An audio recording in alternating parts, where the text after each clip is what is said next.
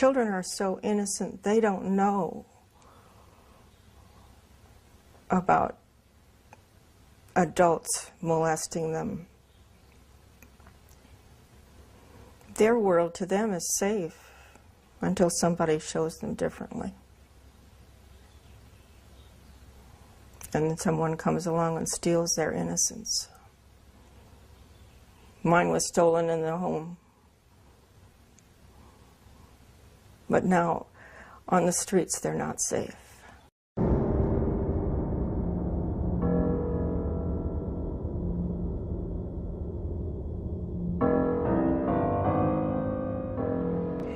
How old were you when you met Dr. Alfred Kinsey? It was probably in 1943 or so. I didn't know who he was. All I knew was that my dad was very excited about taking me there for an interview. You ask, what would the American public say if they actually understood the background to what became the sexual revolution, a sexual psychopath? Do you ever remember your father molesting you with a stopwatch? Yes.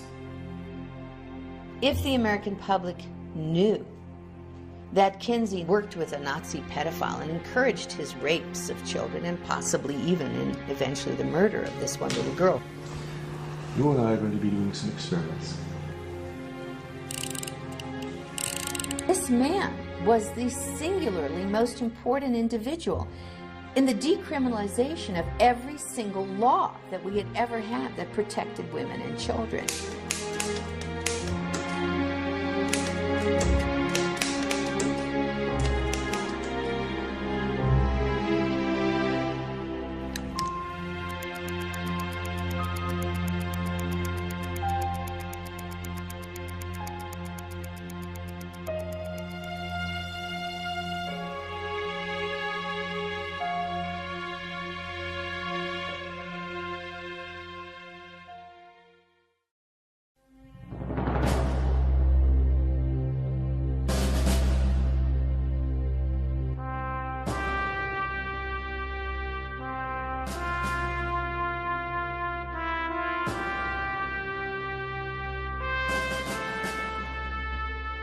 When America was founded, it said that our values were based on the Judeo-Christian teachings of the Bible. Andrew Jackson once said, "That book is the rock on which our republic rests." But through the 20th century, the view of America as a Christian nation has been hotly debated. Whatever we once were, we are no longer a Christian nation. This nation was founded primarily on Christian principles. Which claim should Americans believe? And by what standard do we determine the moral compass for what is right and wrong in our society? George Washington, in his inaugural address of 1789, said, "The propitious smiles of heaven cannot be expected on a nation that disregards the eternal rules of order and right, which heaven itself has ordained." Among our once traditional values was the protection of women and children, once considered a sacred duty among all men.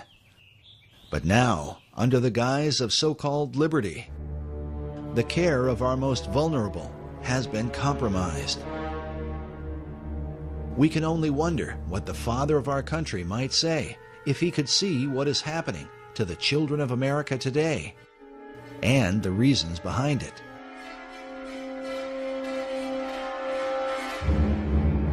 Many of America's children are disappearing. According to the Office of Juvenile Justice, a child goes missing every 40 seconds in the United States. While many of these children are recovered, it is estimated that more than 58,000 of them are abducted by non-family members each year. Parents are continually in fear for their child's safety, even in front of their own home. Predators seem to roam the streets of America like never before, searching for prey to carry out their unthinkable desires. Many of our laws are named after raped and murdered children, whose memories echo through our courts crying for justice. But still, the problem only seems to get worse.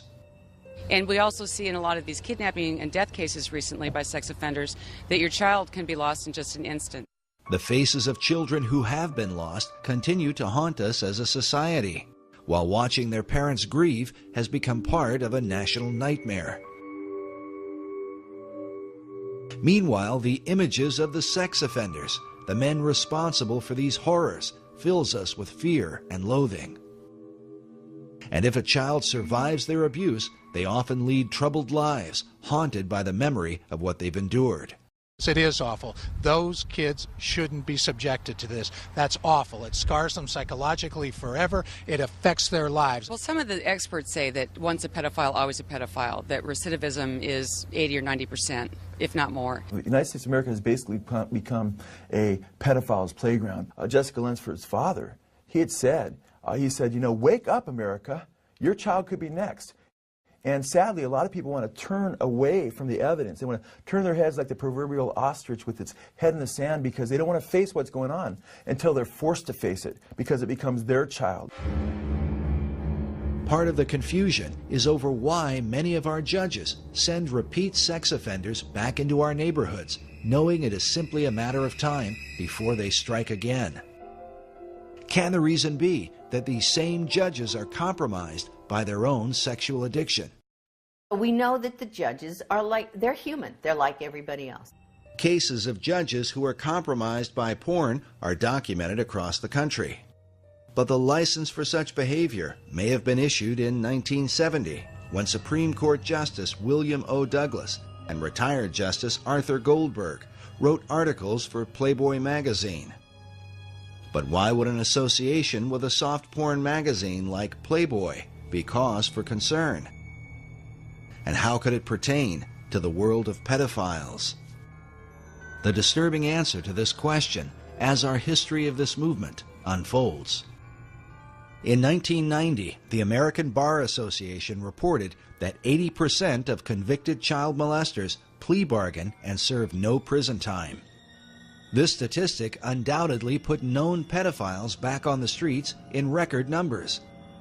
But this was a few years prior to the widespread use of the internet, where the most extreme forms of sexual perversion, and especially child pornography, have become a major factor in conditioning the next generation of sexual predators.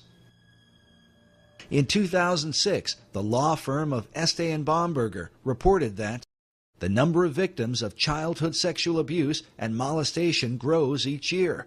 This horrific crime is directly tied to the growth of pornography on the internet. They went on to say that research reveals that 77% of child molesters of boys and 87% of child molesters of girls admitted imitating the sexual behavior they had seen in pornography they had watched. Basically, people that watch porn act it out. And so with the pedophilia, sure, people are going to see it and they're going to act it out. Because of the huge impact that the porn industry has had, conservative estimates say the highest service revenue on the internet, over $3 billion a year in income just on internet porn. And those are very conservative figures. I'm sure they're much higher, with between 500 and 700 new sites coming on a day on the internet. The increase in child sexual abuse cannot be denied. We are massacring our children. It is a holocaust against our children. I've prosecuted murders, I've prosecuted child molesters, and I'll tell you, I get more up in the air when I was prosecuting about the child molester than the murder. I'm not condoning murder, it's not the right thing to do, but it's over. The person's gone, sad. But that poor little boy or girl, they're messed up for life. I mean, they're going to be carrying that baggage forever, and we as a society better start addressing that. Researchers argue that America's current problem with sexual predators is the fallout from the sexual revolution, a movement said to be inspired by the late Alfred Kinsey and his famous Kinsey reports, first published in 1948. According to the conservative organization Human Events, the Kinsey Report is listed among the top 10 most harmful books of the 19th and 20th centuries. Number 1 on their list was the Communist Manifesto that inspired the deaths of more than 100 million people in the 20th century alone. Adolf Hitler's Mein Kampf that helped to bring about the Holocaust was listed at number 2, while the quotations from Chairman Mao, who founded Communist China, was number 3. At number 4, as the first American title on the list, was the Kinsey Reports. Sexual behavior in the human male, followed by sexual behavior in the human female, which, when first released, was likened to dropping an atom bomb on American society. In 1989, a report from the National Research Council published a statement that American society can be divided into 2 categories, the pre-Kinsey and post-Kinsey eras. How could one man's influence come to define our culture and produce what some consider the most harmful book in American history?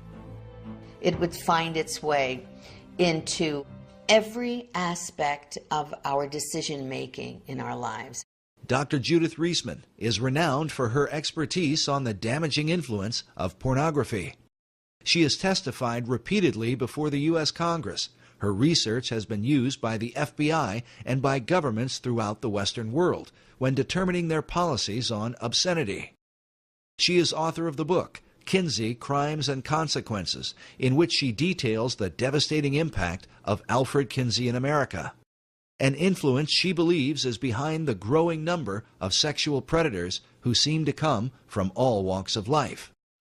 Teachers, doctors, lawyers, judges, people are being caught right and left, sacrificing their lives and their families' lives to their addictions to child pornography. How do you think it happened? It did not start today. It started back with Kinsey, and who then kicked off what has become today's horror show. Child sexual abuse, rape, torture. People say, well, you can't track that all to Kinsey. Well, you can track enough of it to make an awfully frightening case. While Dr. Reisman's view may seem extreme, her evidence is disturbing, the results of which are so often reported in our nightly news. 35-year-old convicted sex offender Bradley Meinhardt was sentenced to just 1 to 3 years in prison for sexually assaulting a 12-year-old girl in East Penn, and the guy had a prior. Here's the suspect right here, Joseph Edward Duncan. He has a long history of sexual aggression. Here's Larry Don McQuaid, the 41-year-old former school bus driver who's confessed to sexually abusing more than 200 children. I was able to manipulate parents and children alike, that I was such a nice guy that I wouldn't do something as wrong and disgusting and as that. I consider myself a demon. It's too dangerous for me to be on the street. Should he be released? We tried to protest parole. Unfortunately, as I said, the statute requires his release. I didn't know that the average sex offender, predator, molests 100 children. I mean, that just makes my outrage even more. For years, Americans have wondered why repeat sex offenders so often receive light prison sentences only to be released back into society. According to Dr. Reisman, the answer is Alfred Kinsey. The laws were changed based upon his fraudulent data, and he was directly involved in those changes. Kinsey went state by state. I have his testimony in California in 1949, telling a committee that was about to toughen the sex laws and toughen up about the laws to protect children because there'd been a murder of 2 little girls. He goes to California to testify in 1949 that you should release everybody, that pedophiles and pederasts did not repeat their crimes, that parole was absolutely critical, that would reduce our sex crimes. The committee believes him. They reduce all of our sex crimes. They parole people, and they haven't stopped. When the Kinsey Report was first released, the famous ACLU lawyer, Morris Ernst, wrote that virtually every page of the Kinsey Report touches on the legal code. He told the legal profession that no bar association, law school journal, or lawyers' committee can consider sex laws without the Kinsey study. According to Westlaw, the most widely used legal database, between the years 1982 to 2000, there were approximately 650 citations to Alfred Kinsey. The model penal code that was adopted just after 1955 was based on Kinsey's research. This is a flow chart I put together to describe how the Kinsey research gutted American laws. Through the American Law Institute, ALI, the American Law Institute Model Penal Code, 1955. That was where protections were then removed for women and children from American law system. The U.S. justice system from 1948 to today, that's what this is about. After publishing his reports, Kinsey traveled the country, giving lectures at universities and testifying before lawmakers. He was received as the leading scientific expert in the world on human sexuality. In particular, he discussed laws concerning sex offenders and the education of children. Of children, he said 100% of are orgasmic from birth. Therefore, children can benefit from sex with adults and even incest, which is illegal, so we need to lower the age of consent. He was working toward making everything legal, but that's all right. Children need early explicit school sex education since they're sexual from birth, which was illegal at the time. Now it's everywhere.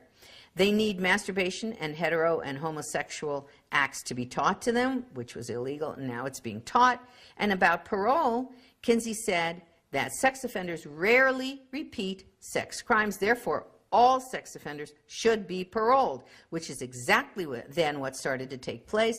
Part of Kinsey's defense of pedophiles was that children were not really harmed by sexual contact with adults. Therefore, it made no sense to incarcerate pedophiles for lengthy prison terms. 1950, Rockefeller funded the American Law Institute Model Penal Code. 1952, a Harvard Law Review called for a code to change our sex laws in accordance with what Kinsey had objectively found. And then in 1955, the code was created and sent out to all legislators in the country via these important people, judge, lawyers, sociologists, lawyers, and so forth. And from there, that went the ALI model, the sex offenses section, sent to states all over the country, adopted all or in part beginning in 1956 here and moving on to Illinois, to Minnesota and so forth, and all other states of the Union.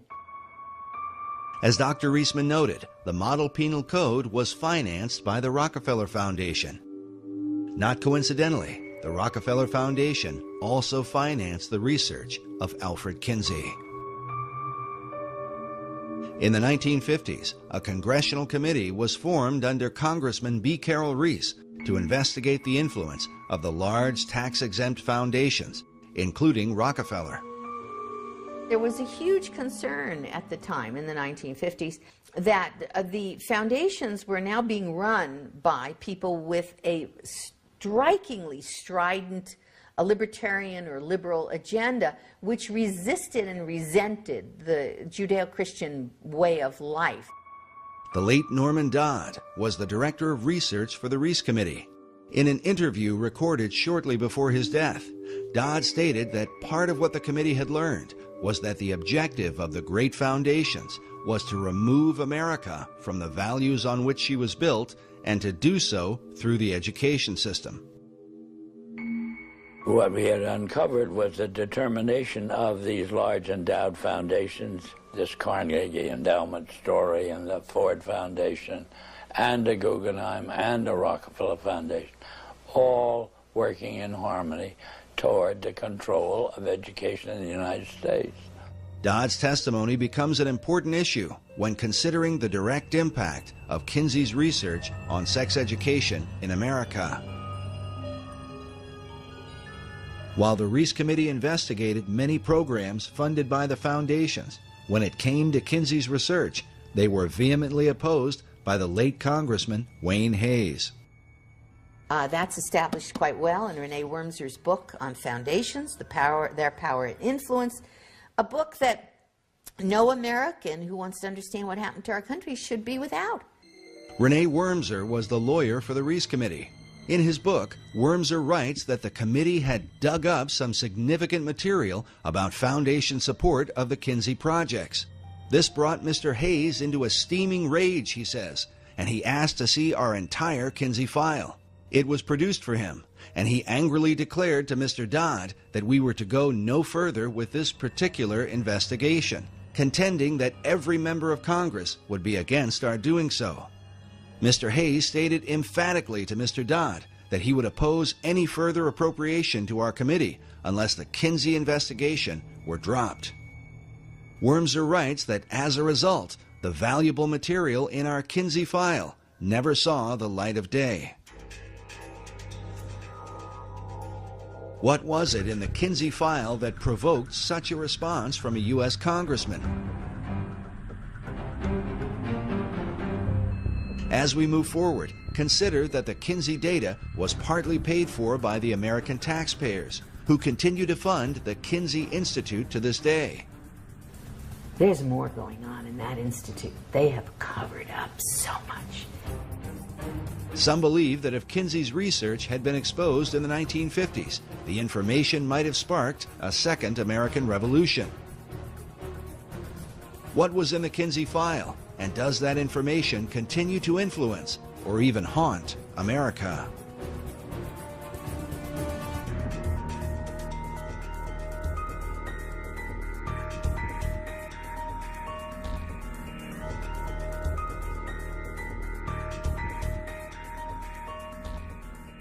Through the 1930s and 40s, Alfred Kinsey conducted thousands of interviews with both men and women, taking, as he called it, their sexual histories.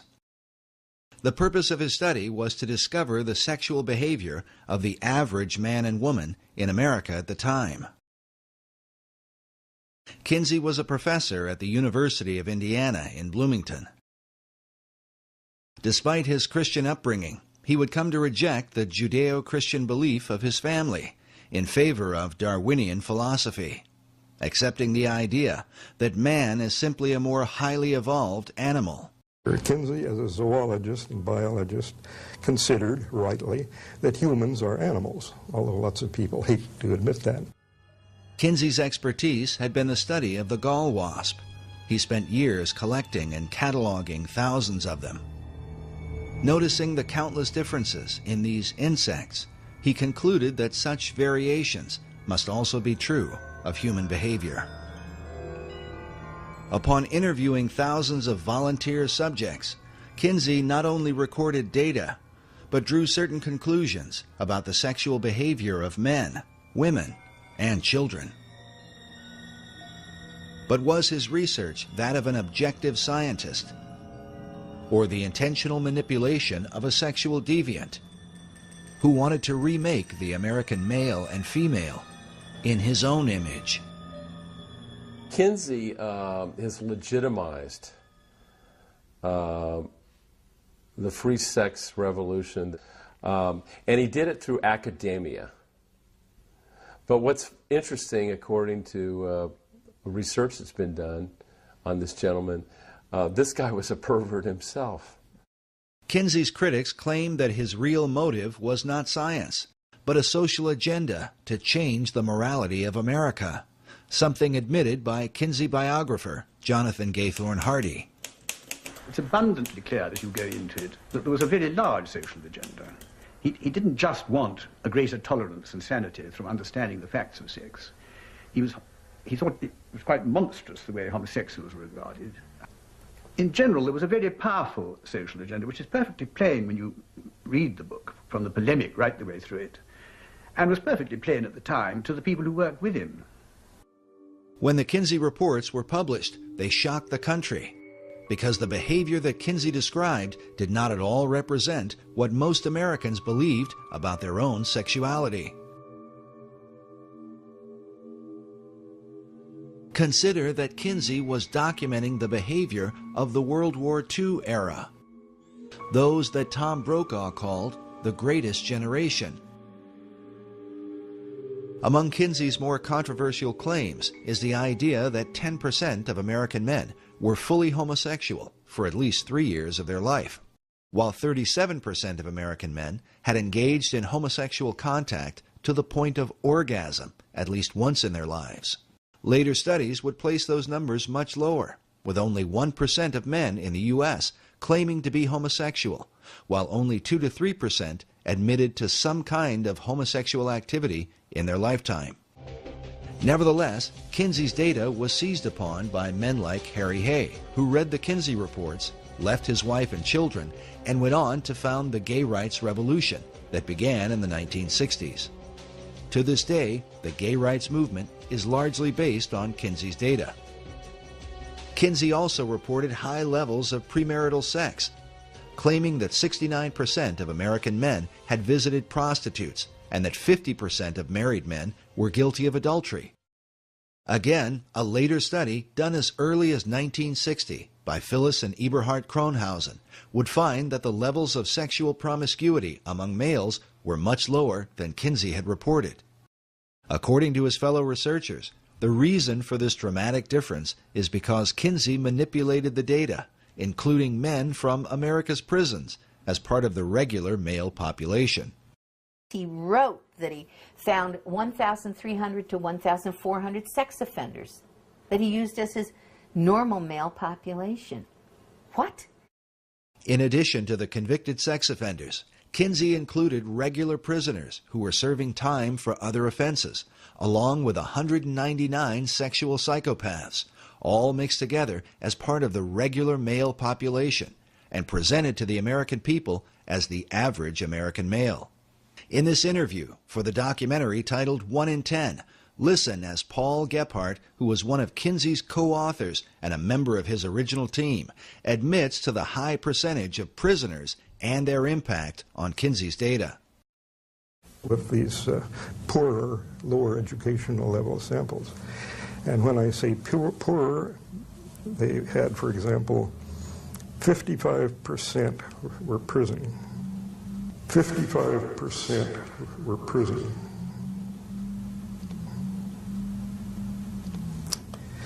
And I think that has a definite effect. We know we didn't have enough non-prison people to do much of a comparison, but he didn't do a comparison. He simply took the prison people he got and used them with that less than college educated sample. But the trouble was, by, you might say, emphasizing the less than college educated sample, he introduced a lot of errors into the data.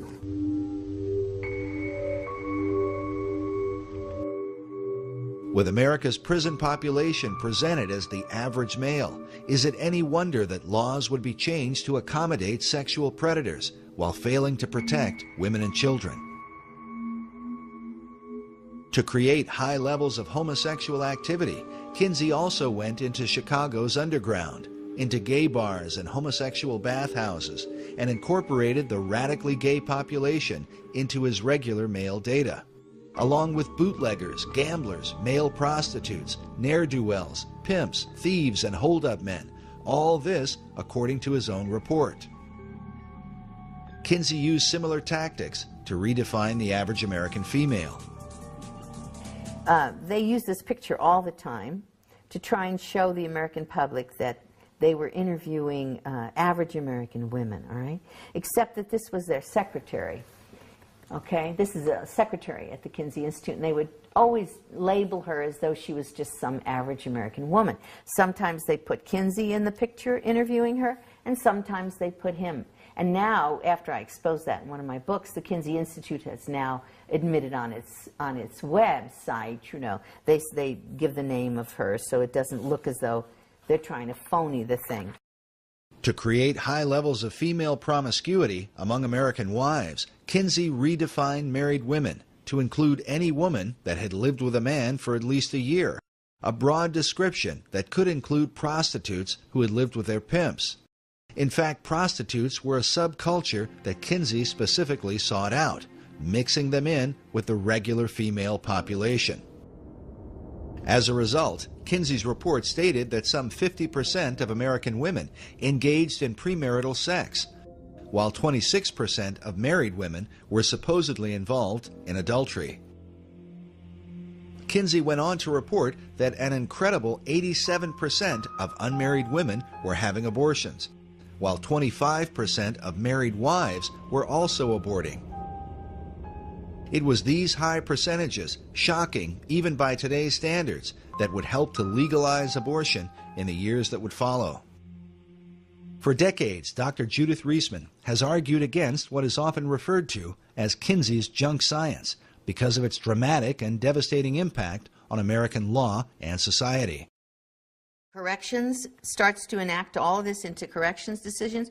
In the legal profession and law schools, now Kinsey would be taught as part of the legal structure via the American Law Institute Model Penal Code. That ferrets out into the private and public education, becomes our sex education, is in our American Law Review journals. It's found in parole through corrections, state and local, and criminal, civil, family, and juvenile justice. And expert witnesses then from the sex world begin to inform this whole structure. Ladies and gentlemen, we have had a real dirty deal. We have, as that FBI agent said to me, the head of the FBI Behavioral Science Unit, after he saw my work on Kinsey and on Playboy, he said to his sons, "Guys, we have been conned." Dr. Reisman is not alone in her conclusions, nor was she the first to discover these things. As Reese Committee lawyer Renee Wormser states in his book, the much publicized Kinsey studies base an advocacy of criminal and social reform on the very unscientific material which Dr. Kinsey had collected. Wormser went on to cite psychiatric historian Albert Deutsch, who said of the Kinsey reports that so startling are its revelations, so contrary to what civilized man has been taught, that they would be unbelievable but for the impressive weight of the scientific agencies backing the survey. Wormser comments saying, "Note how impressive is the word scientific and how false." But he goes on to suggest even more, revealing that, according to the Reese Committee, the postmodern thinking in America today is no mere accident, but has been intentionally created by the elite foundations as part of a greater agenda, one in which the work of Kinsey plays no small part.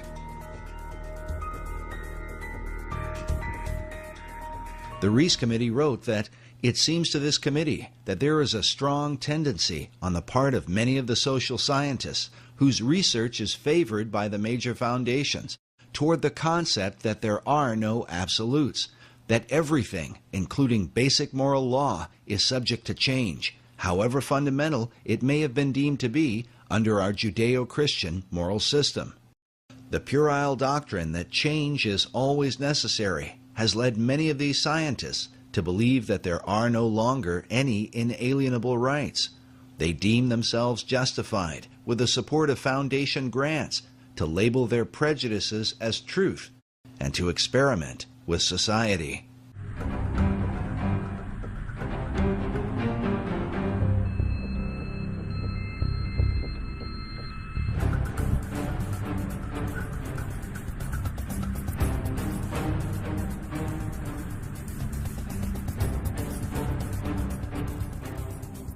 By far, the most disturbing evidence against the Kinsey reports is the information pertaining to the sexual behavior of children. This was something noted in the 1950s by Professor Albert Hobbs, who wrote that, according to Kinsey, a child molester may have contributed favorably to a child's later sociosexual development. The child sexual data was more fully exposed by Dr. Judith Reisman in the 1980s, who brought the even more disturbing allegation that Kinsey had trained multiple pedophiles to molest children while using stopwatches to record so-called scientific data. This man, this Kinsey, had been responsible for the rapes and tortures of hundreds, actually it looks like thousands of children. Needless to say, the Kinsey Institute today denies Dr. Reisman's allegations. They maintain that all of the child sexual data came from one man, who just happened to keep detailed scientific records of his encounters with children. This lone pedophile theory was developed by Dr. John Bancroft, who became the director of the Kinsey Institute in 1995. Bancroft not only argued that the data came from just one man, but that Kinsey supposedly only got hold of the information years after this pedophile was finished raping kids. This is contrary to Kinsey's own report, in which he admitted to at least 9 pedophiles from whom he obtained information. But in this 1995 interview on Canadian television, Dr. Bancroft says that Kinsey only referred to 3 or 4 pedophiles, and then insists that in reality it was only 1. When questioned about the obvious inconsistency, Bancroft's argument is that Kinsey simply lied about his research. Listen now as this Canadian journalist seems to get uncomfortable during the interview. Did he make it clear in the report that the conclusions on the sexual capacity of 317 children were based solely on the evidence of 1 sexual criminal? No, he suggested that it may have been from 3 or 4.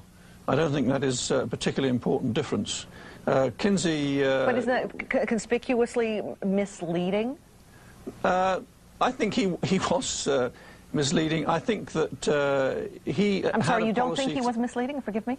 Yes, I think he was misleading, but I don't think it was a misleading of any consequence. He was concerned about his maintaining confidentiality. Throughout his volumes, he tended to avoid drawing attention to any particular individuals. It's not significant that the conclusions of a study on the sexual responses of children come solely from a man who really has who's a deviant? Doesn't he have a skewed perception of child sexuality? Well, that was just one type of evidence. Next, the journalist asks why it took so long to discover that the information came from a single pedophile, rather than multiple pedophiles, as Kinsey had reported. Bancroft's only answer is to say that he worked it out once he became the Kinsey Institute director. Why did it take so long to set the record straight?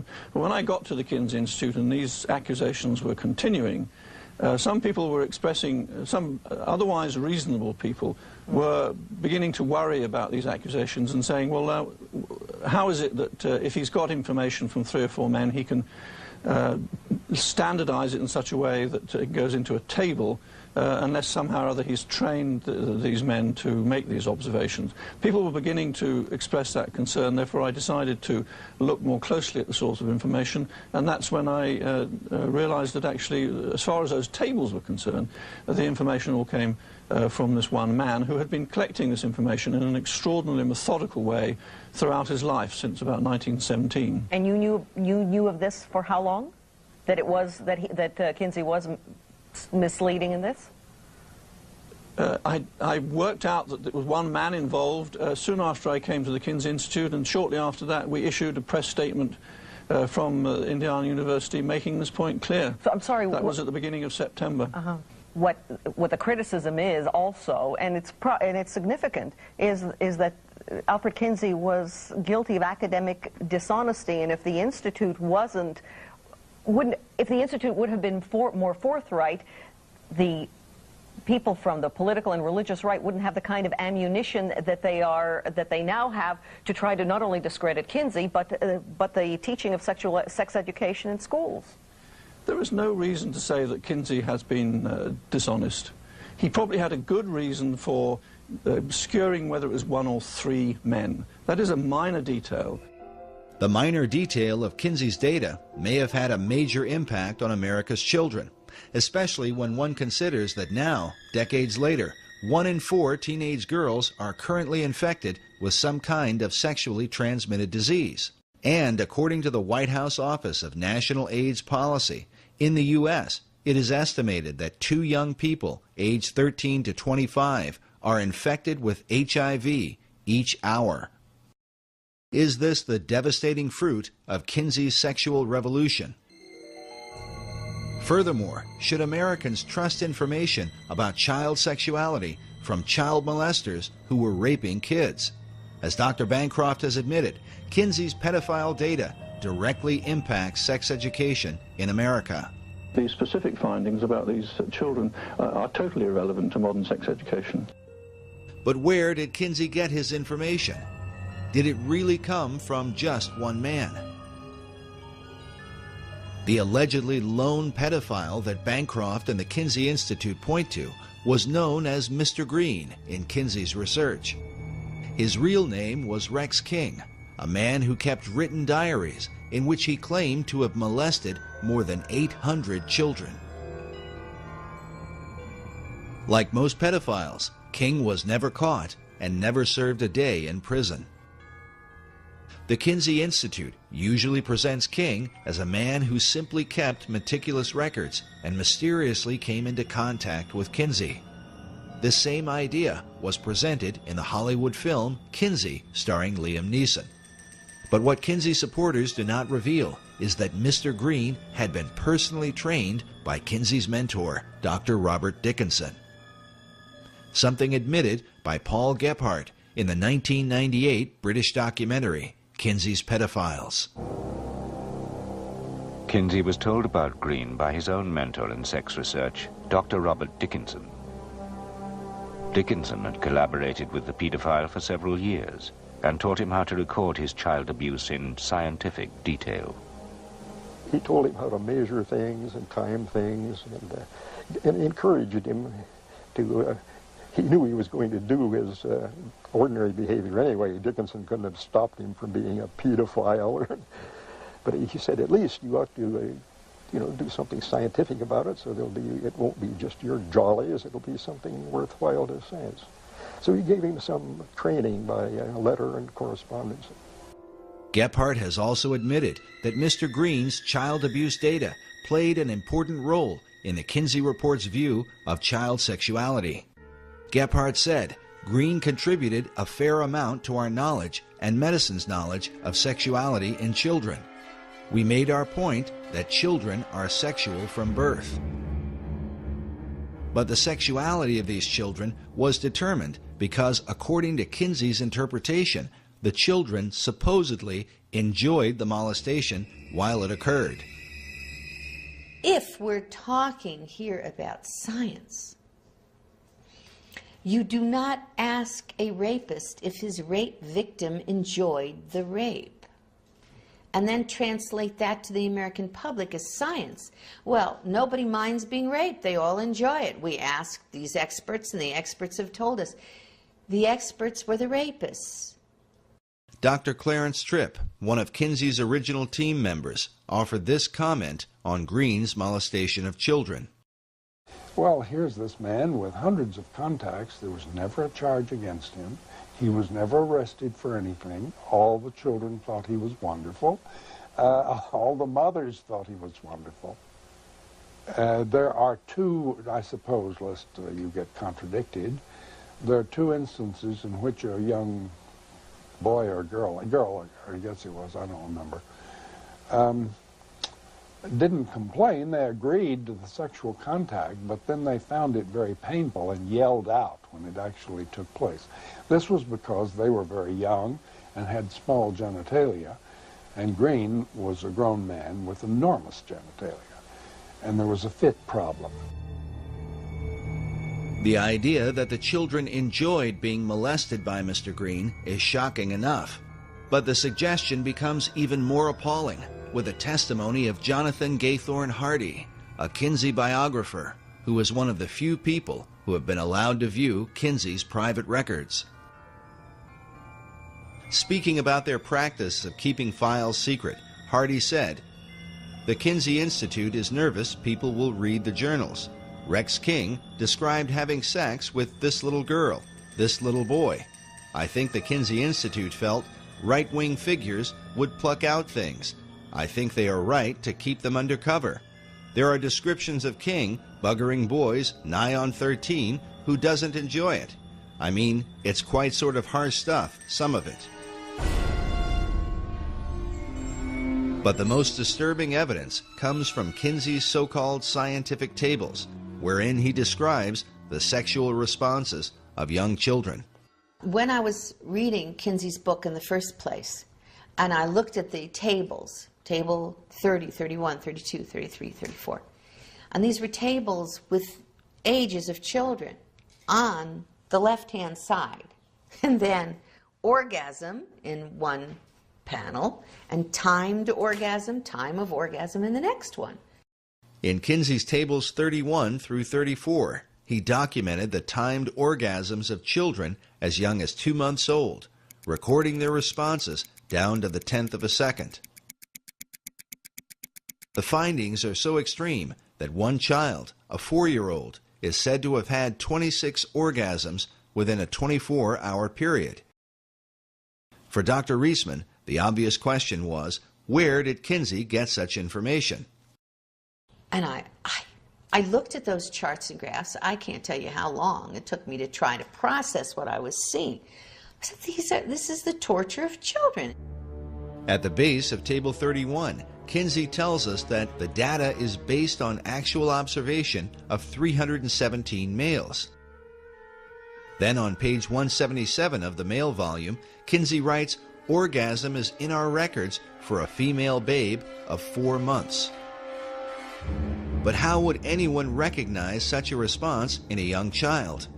Kinsey wrote that among pre-adolescent boys and among younger females, orgasm is not so readily recognized, partly because of the lack of ejaculate. And so I said, what did this man, this Kinsey, call an orgasm? Right. I mean, it's an obvious question, isn't it? I mean, first of all, this was not possible, but second of all, what did he call? Well, I saw he documented it on page 160 and 161 in Kinsey's book, Sexual Behavior in the Human Male. He described specifically what he called an orgasm amongst these children.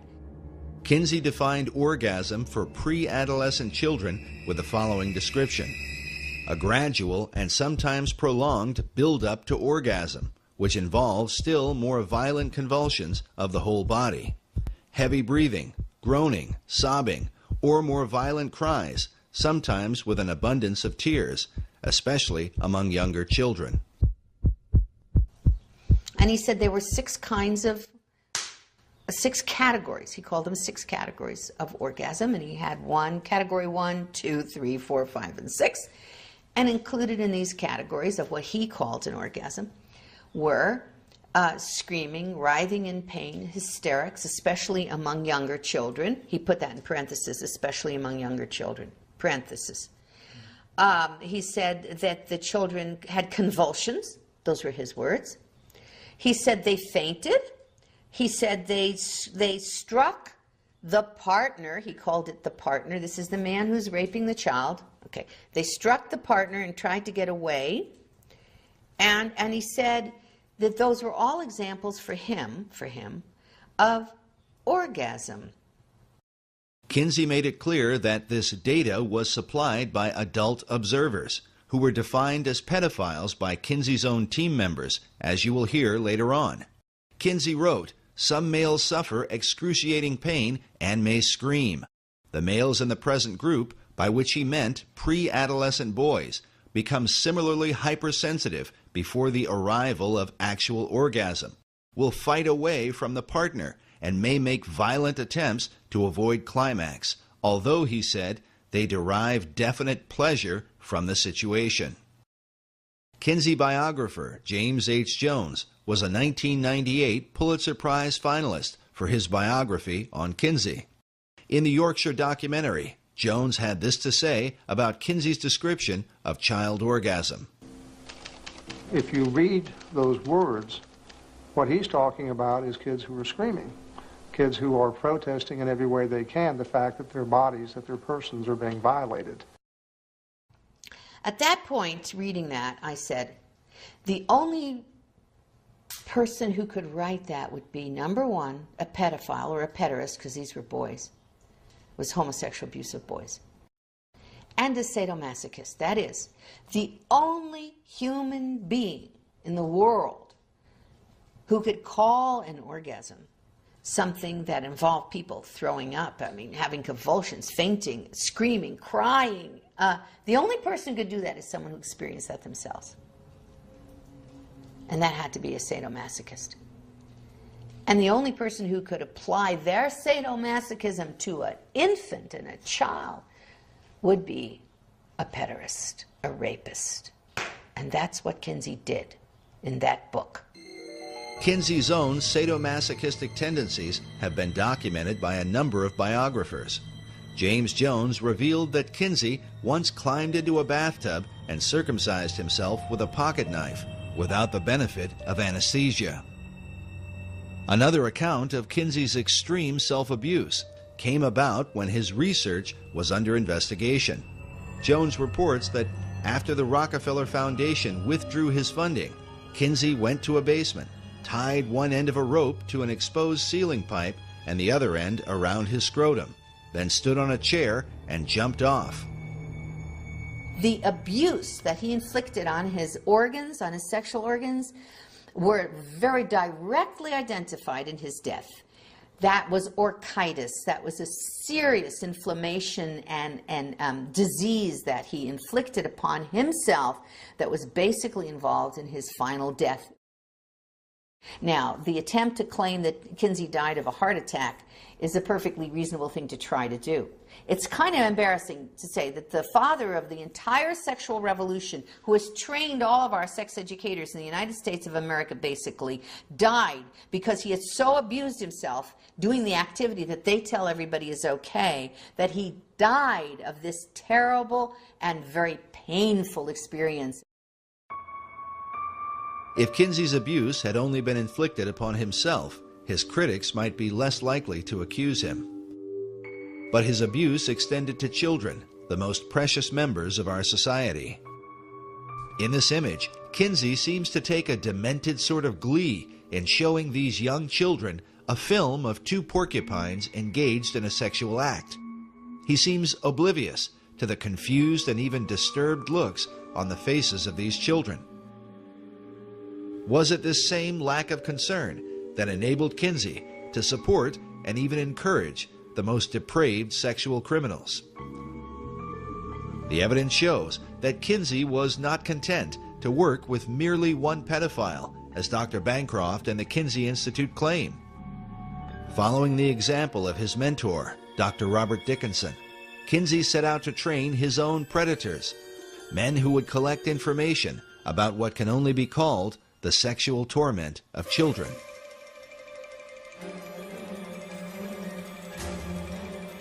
Dr. Clarence Tripp was Kinsey's photographer who filmed and photographed sex scenes in the attic of Kinsey's home in Bloomington, Indiana.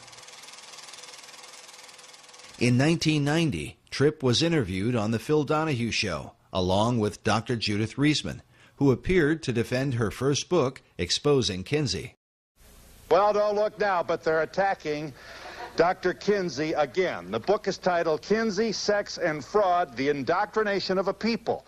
During the show, as Clarence Tripp began to defend Kinsey's research, even Phil Donahue, with his liberal views on sexuality, became uneasy at some of Tripp's bizarre comments about the molestation of children. We should say that you are the author of The Homosexual Matrix, a book which got quite a positive response from... I want to agree with Reisman on one point.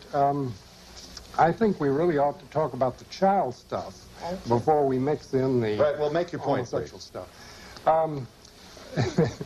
You know, we really shouldn't go too fast there. We want to savor that because it is wonderful. It's so delicious what she says. I want to draw you a picture of the image. The image is that the world-famous sex researchers, or Dr. Kinsey alone, it's not quite clear, are in a room, and they hover over a young child, less than a year old, and with their fingers or a feather, that's not quite clear, they tickle the genitalia and bring this kid to orgasm, who is screaming and hollering and possibly held down by chains.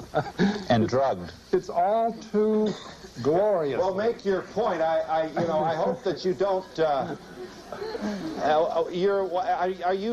You're being sarcastic, but I want to make sure. I didn't mean to be sarcastic. You're saying this isn't true, that Dr. Kinsey or his colleagues did not. This is the man who was with me on Donahue saying, you got to stay with this. It's delicious what she says about what they were doing to the children. Dr. Reisman refused to go on Donahue unless he would agree to show Kinsey's tables, where the child sex abuse data is presented. Despite knowing about these tables, Donahue repeatedly insisted that no proof existed of child abuse in Kinsey's research. Nevertheless, he did show the data to his audience. Well, we're going to show. There. Now, now what is the point? You what is tell your me point? what is the point. 5 months old. What is it? I can hardly read it. What's next to that? Number of orgasms. Oh, number of orgasms, 3. Go down to the 4-year-old. You see the 4-year-old there? Yeah. There, bottom one. Yes, 4-year-old, 26 orgasms in 24 hours. Tell me, Phil. Tell me, Phil. Does a baby sleep? Tell me, Phil. Tell me, Phil. Does a baby sleep? Tell me if this is scientific. A baby sleeps for 8 hours? And you tell me how you get 26 orgasms for 24 hours. We've got to be able to get a word in edgewise. Just a minute. Sounds like a guest for the Donahue show. And you know what Gebhardt said to me? You know what Dr. Gebhardt said? He wrote me a letter, which I wish you had up there too, in which he said that oral and manual techniques were used on the children. Now, Phil, I'm going to say that once more. I'm going to say that once more. And if I'm wrong, let them sue me. He said oral and manual techniques were used on those children. The letter that Dr. Reisman refers to was written by Paul Gebhardt on March 11, 1981, in which he attempted to explain where the child sexual data came from.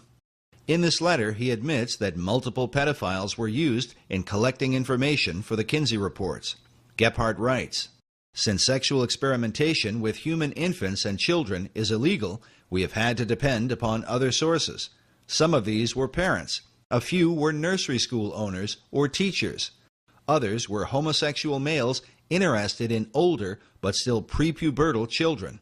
One was a man who had numerous sexual contacts with male and female infants and children, and being of a scientific bent, kept detailed records of each encounter." Gebhardt went on to say that some of these sources have added to their written or verbal reports photographs, and in a few instances, cinema.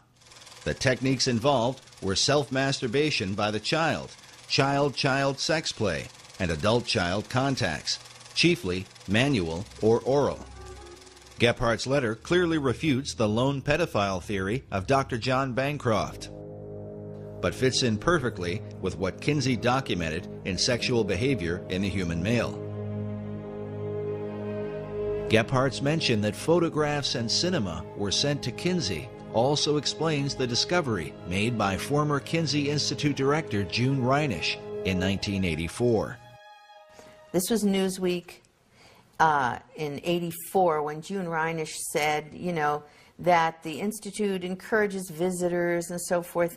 And she says, what's her name? Reinisch says that she found a collection of child pornography so distasteful to Reinisch personally, she couldn't bear to look at it, all right? Now, she's not asking where that child pornography came from, right? But some of it was... Now, she found this at the Kinsey At the Kinsey Institute, yes. Yeah, at the Kinsey Institute. And John Bancroft, who wrote about Kinsey and supported Kinsey for years before he was hired as the head of the Kinsey Institute, right? Who was supposed to be an expert on Kinsey, which was why he was hired by the Kinsey Institute, now suddenly claims that everybody knew all along that these children were being raped by one pedophile. Well, he's the expert on Kinsey. Why didn't he ever write about it before he got hired? Why did he have to go into the Kinsey Institute to look into it if it's all laying out there? He knew that it wasn't a couple of pedophiles, which he said at one point. It wasn't one pedophile, which he said at another point. Kinsey said it was 9 pedophiles. That's what he wrote. And it certainly would have been at least 9, because we now know from Yorkshire Television that Kinsey was working with a group of pedophiles. There was also a pedophile organization in this country. They cooperated with us, and some of them who were not, of course, not incarcerated, they came and gave us information. Dr. Reisman believes the pedophile organization mentioned by Gebhardt may have been the nucleus for what would become NAMBLA, the North American Man-Boy Love Association. While child molestation is a crime in any circumstance, the members of NAMBLA claim that their intentions are out of love for the children they molest. Yet this cover of a NAMBLA bulletin, which they called their back-to-school issue, paints quite a different picture. It shows a frightened boy cornered by two adult men who are about to force him into sexual contact, and is more consistent with the information found in the Kinsey reports, that children are in fact being raped and tormented by the pedophiles who prey upon them. To this day, NAMBLA looks to Alfred Kinsey as their inspiration, saying that gay liberationists in general, and boy lovers in particular, should know Kinsey's work and hold it dear. Implicit in Kinsey is the struggle we fight today. Well, there's a huge connection between Alfred Kinsey and NAMBLA. In fact, NAMBLA has relied upon Kinsey's research for years. Kinsey tried to make pedophilia seem acceptable. Kinsey's argument was that it was society's reaction to pedophiles that caused the real trauma of child molestation. Members of NAMBLA will often refer to this quote from Sexual Behavior in the Human Female, where Kinsey wrote that when children are constantly warned by parents and teachers against contacts with adults, they are ready to become hysterical as soon as any older person approaches, or stops and speaks to them in the street, or fondles them. Some of the more experienced students of juvenile problems have come to believe that the emotional reactions of the parents, police officers, and other adults who discover that the child has had such a contact may disturb the child more seriously than the sexual contacts themselves. The current hysteria over sex offenders may very well have serious effects on the ability of many of these children to work out sexual adjustments some years later. In Kinsey's view, a lot of sex crime was really not crime at all. He seemed to worship sexual experience. I mean, he had a 24/7 obsession with sex long before he attained the position at Indiana University. So for him, all forms of sexual experience, to one degree or another, could have merit that were outside the pale of traditional morality. Many researchers have come to believe that it was this philosophy that allowed Kinsey and his team to communicate with active child molesters and even train them to record their abuse in a scientific manner. While the Kinsey Institute continues to deny this, further evidence is found from the testimony of Dr. Clarence Tripp on the Phil Donahue Show. Listen carefully as Tripp confirms that there were multiple pedophiles, not just one, and says that they were trained observers that used stopwatches.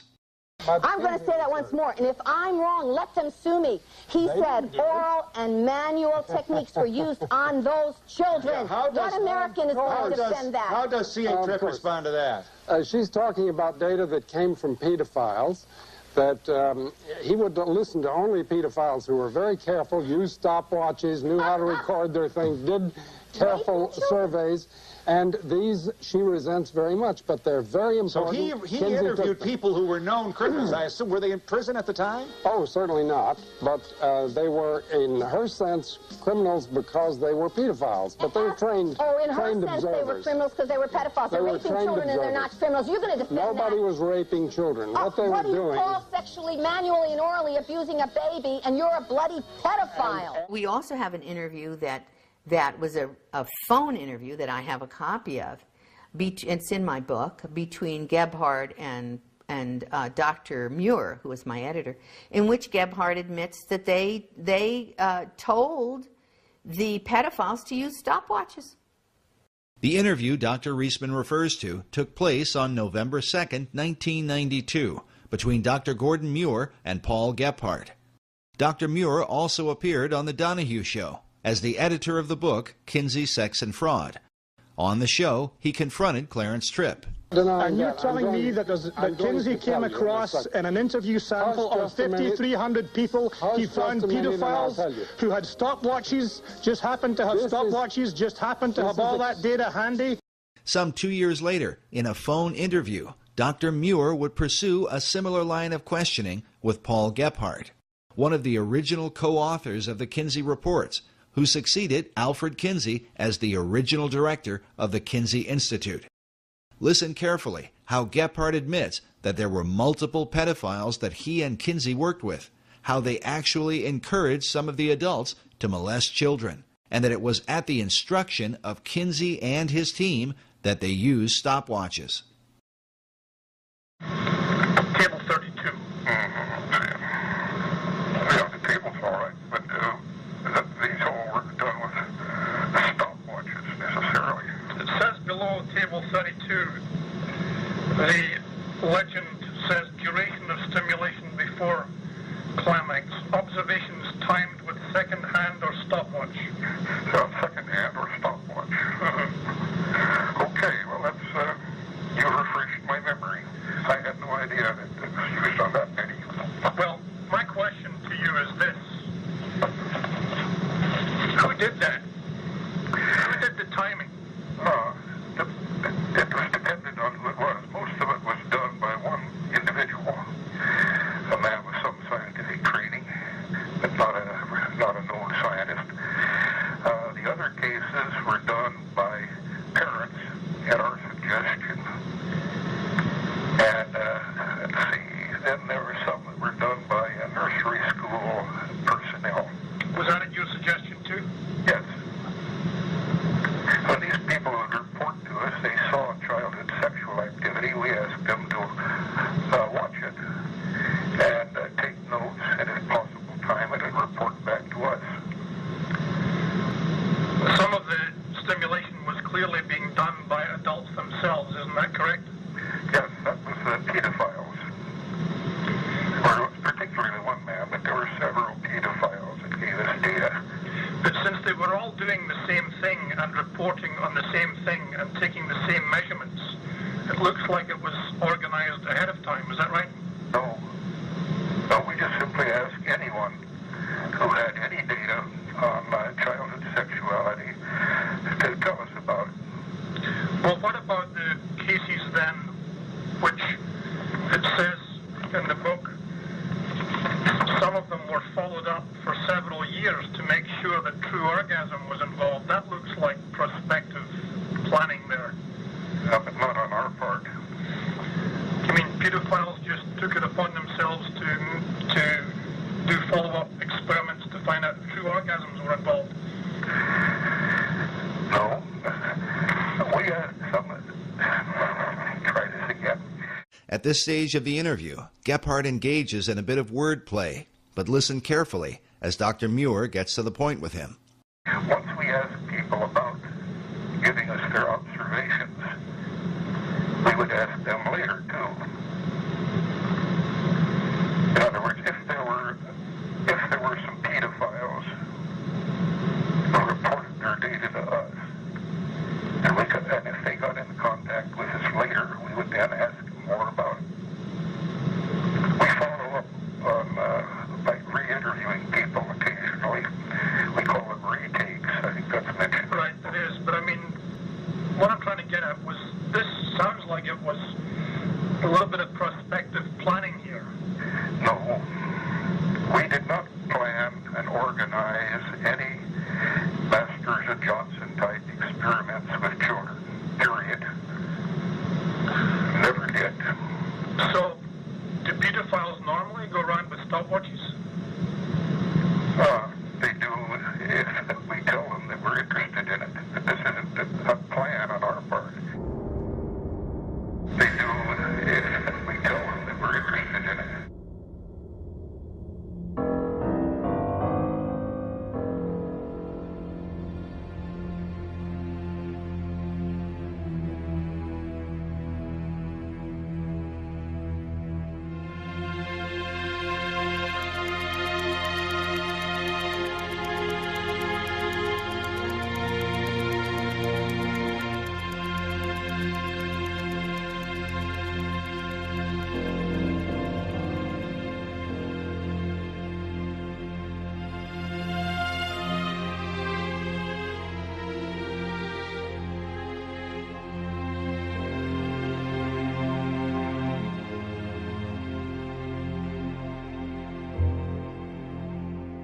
I want to know who these children are, how their parents were involved, and have we talked to those children now as adults?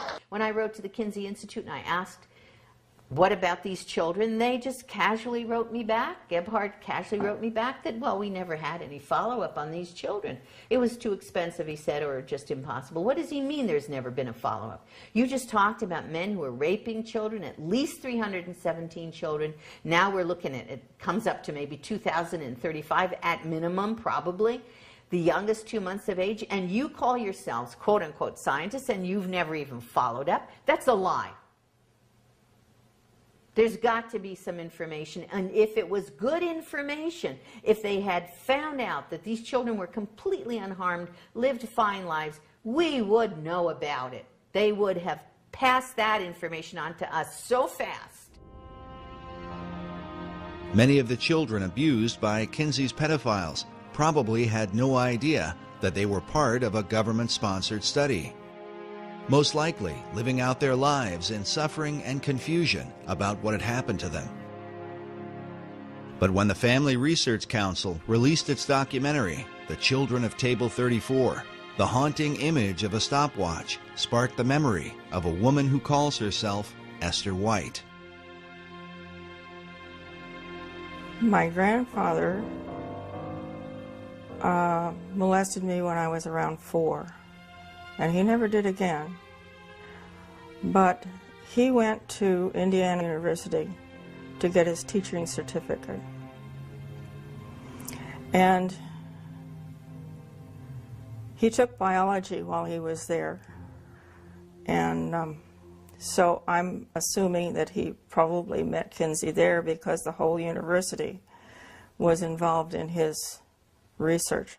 As a child, Esther says she was taken by her father and grandfather to meet with Alfred Kinsey and to be interviewed by him. But the real purpose of that meeting would be a mystery for years to come. I didn't really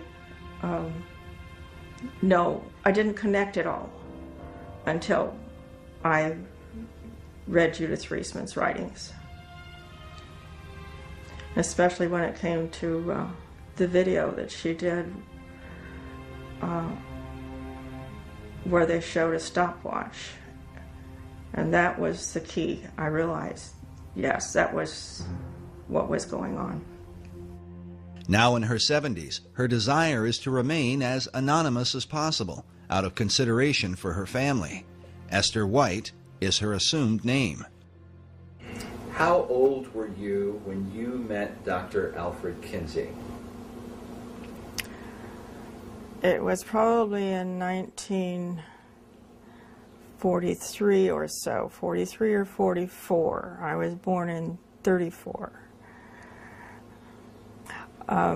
My father was very excited about taking me there to meet Dr. Kinsey. I didn't know who he was. All I knew was that my dad was very excited about taking me there for an interview.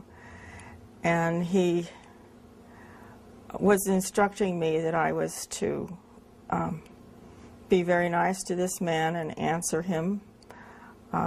He told me they would ask me about my family and whether I loved my family and so forth. So when we got there, it was at my grandfather's and great-grandmother's house. And Mr. Kinsey and his 2 colleagues were late in getting there because it was winter time. And he was doing a seminar at Ohio State University. This was in Columbus, Ohio. And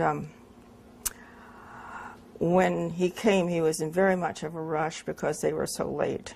And he kneeled down in front of me and asked me questions about whether I loved my daddy, whether I loved my family.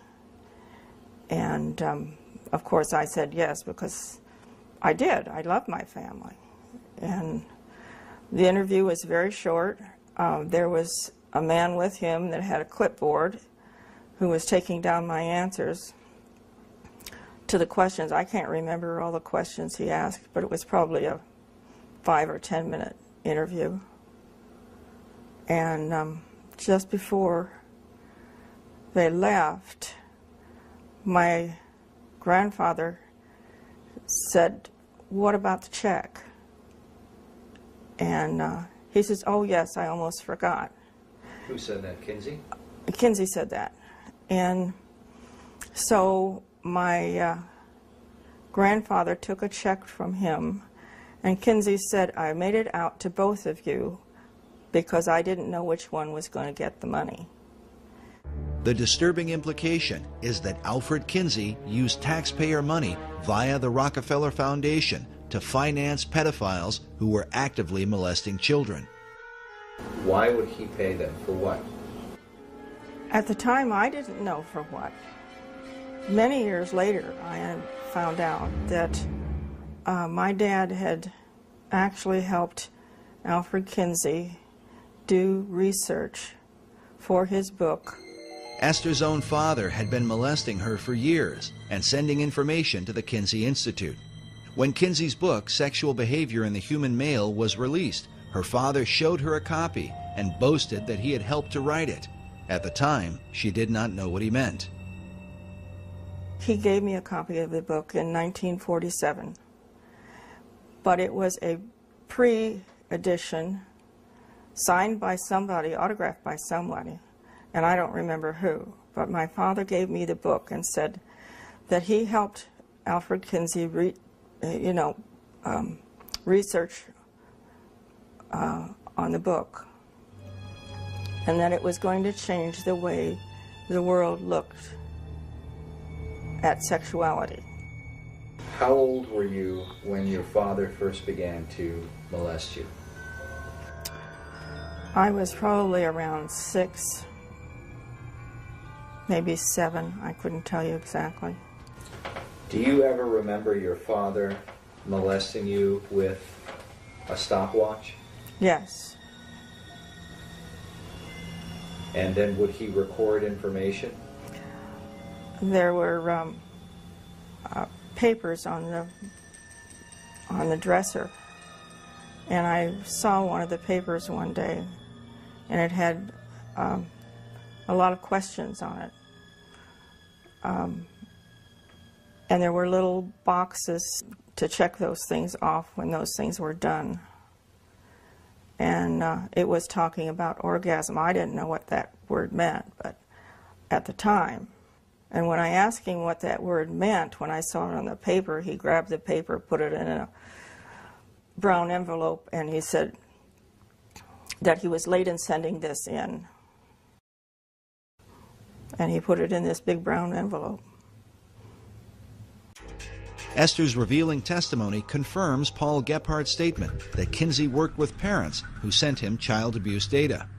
She was also interviewed years ago by British filmmaker Tim Tate, who directed the documentary Kinsey's Pedophiles. Esther White, for what it's worth, swore what's called a statutory declaration here. She swore on oath that the information she gave was true and to the best of her recollection, and so did her mother. We asked Esther to give us her opinion about the Kinseyan philosophy that children are sexual from birth. Children are not sexual from birth. They are obedient to whomever is over them. In my case, it was my father. You honored your mother and your father. You obeyed what they said. You did what they said. That's the reason I was silent for so many years. I was told not to tell my mother that this was normal, and all the other little girls and boys were doing this too. So this was not a rare thing at all. That was, they just didn't talk about it. So I was made to believe that I was sexual, but I wasn't. I hated it. I cried, I had convulsions, but that was totally ignored. She's heartbroken about the life that she lived because of her abuse at the hands of her father and grandfather, who were working for Kinsey and sending material to him. There are others out there like that. Bancroft said he knew there were, and he was afraid they were going to show up. He wasn't talking about one pedophile when he said he was afraid that the children of these pedophiles would show up. He was talking about a lot of people who were damaged, and he knew it. And the Kinsey Institute knows it, and Indiana University knows it, and they've always known it.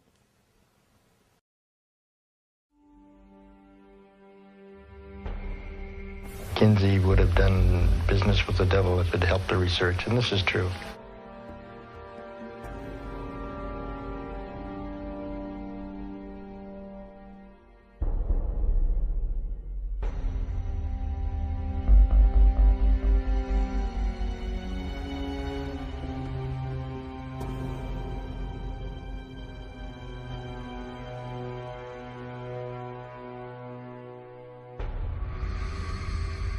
I view Kinsey as one of the most treasonous Americans in human history.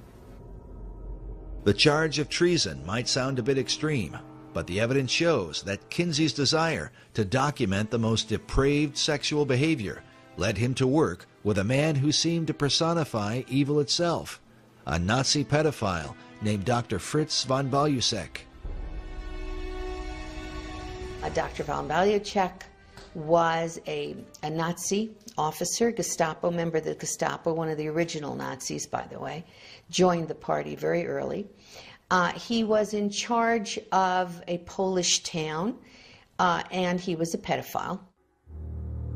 Years after the war, von Balusek was arrested and put on trial for the murder of a 10-year-old girl who had been found naked and throttled on a piece of wasteland. The German authorities suspected von Balusek of the crime because the same girl had been listed among several hundred children he had raped, the details of which he had recorded in his pseudo-scientific diaries.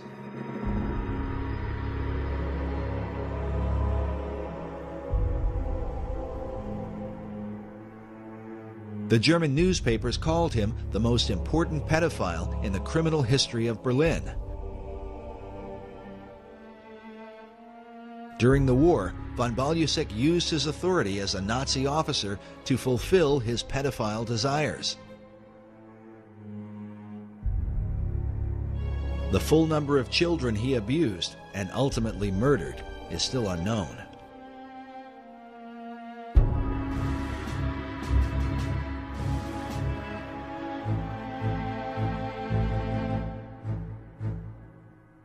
When he was arrested for rape of many children, but also possible murder of a little girl, all of the German newspapers spoke about this on the headlines. It was in the headlines of every newspaper in Germany. During the war, von Balusek was the commandant of the Polish town of Jędrzejów. There he threatened the children with certain death if they refused his sexual desires. What he recorded in his diaries of how he treated these children was so criminal that during his trial, the judge cried out, quote, "This is no longer human."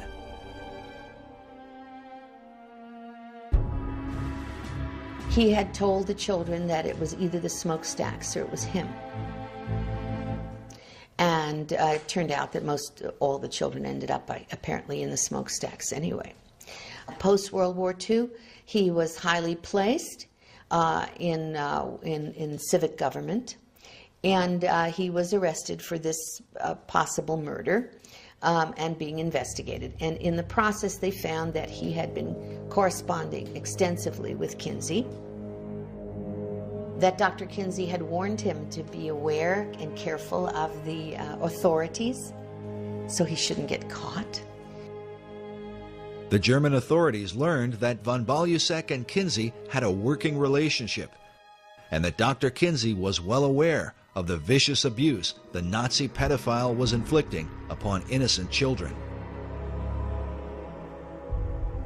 At his trial, the judge said to von Balusek, "I got the impression that you got to the children in order to impress Kinsey and to deliver him material." To which von Balusek replied, "Kinsey himself asked me for that." The German press was outraged, and the judge was outraged. The judge went on to say, instead of answering his sordid letters, the strange American scholar should have rather made sure that Mr. von Balusek was put behind bars. The German press reported that Kinsey's letters to the Nazi contained warnings to watch out or be careful of getting caught. They wrote that in his diaries, von Balusek stuck in the letters from the sex researcher Kinsey, in which he'd been encouraged to continue his research. He had also started relationships to expand his researches. One shivers to think of the lengths he went to.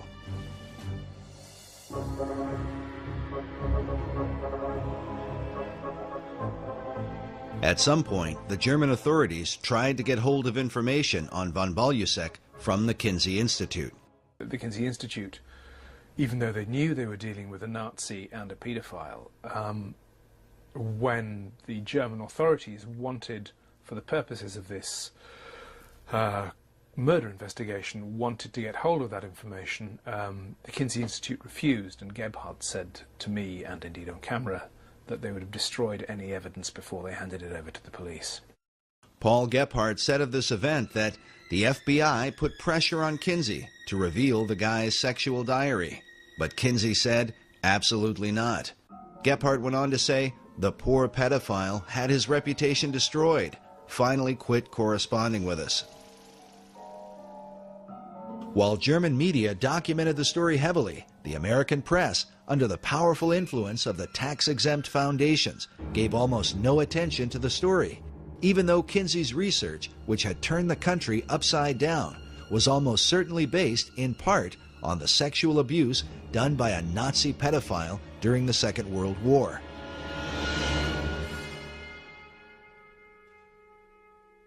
It is entirely likely that von Balusek's letters to Kinsey can still be found in the records of the Kinsey Institute even today.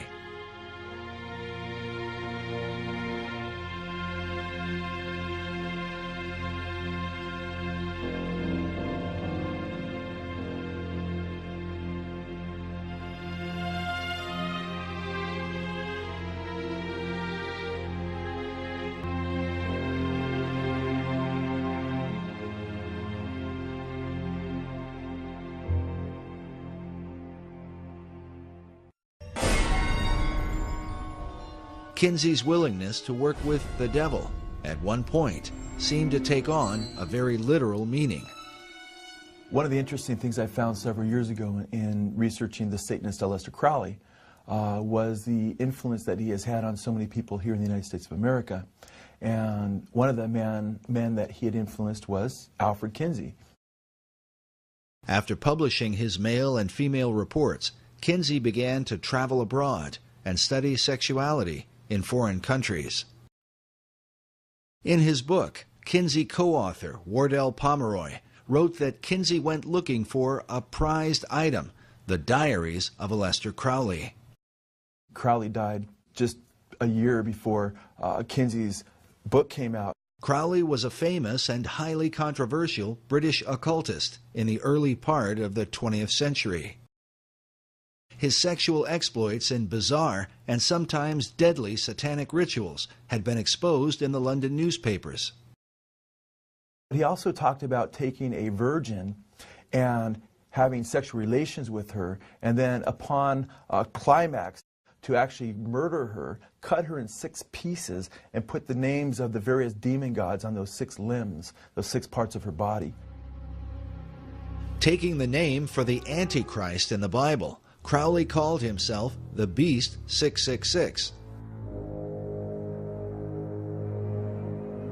His famous saying was, "Do what thou wilt shall be the whole of the law," by which he justified all forms of immorality. Crowley had a sex temple and had practiced group sex and orgies and what have you, and so-called sex magic. Crowley was into pedophilia. He was into justifying his pedophilia. In fact, he had said, "Let me seduce the boys of England." He wanted to seduce them, and then he starts talking about sodomy and it should be acceptable. So, I mean, it was quite shocking, especially back then.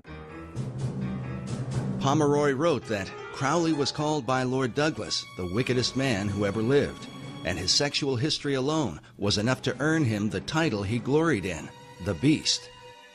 Crowley kept a diary up to his death. 2 weeks after Kinsey tracked down these papers in England, he found himself in the temple that the Beast had founded in Sicily. Kinsey is pictured here inside Crowley's temple, known as the Abbey Thelema, where he performed his satanic rituals.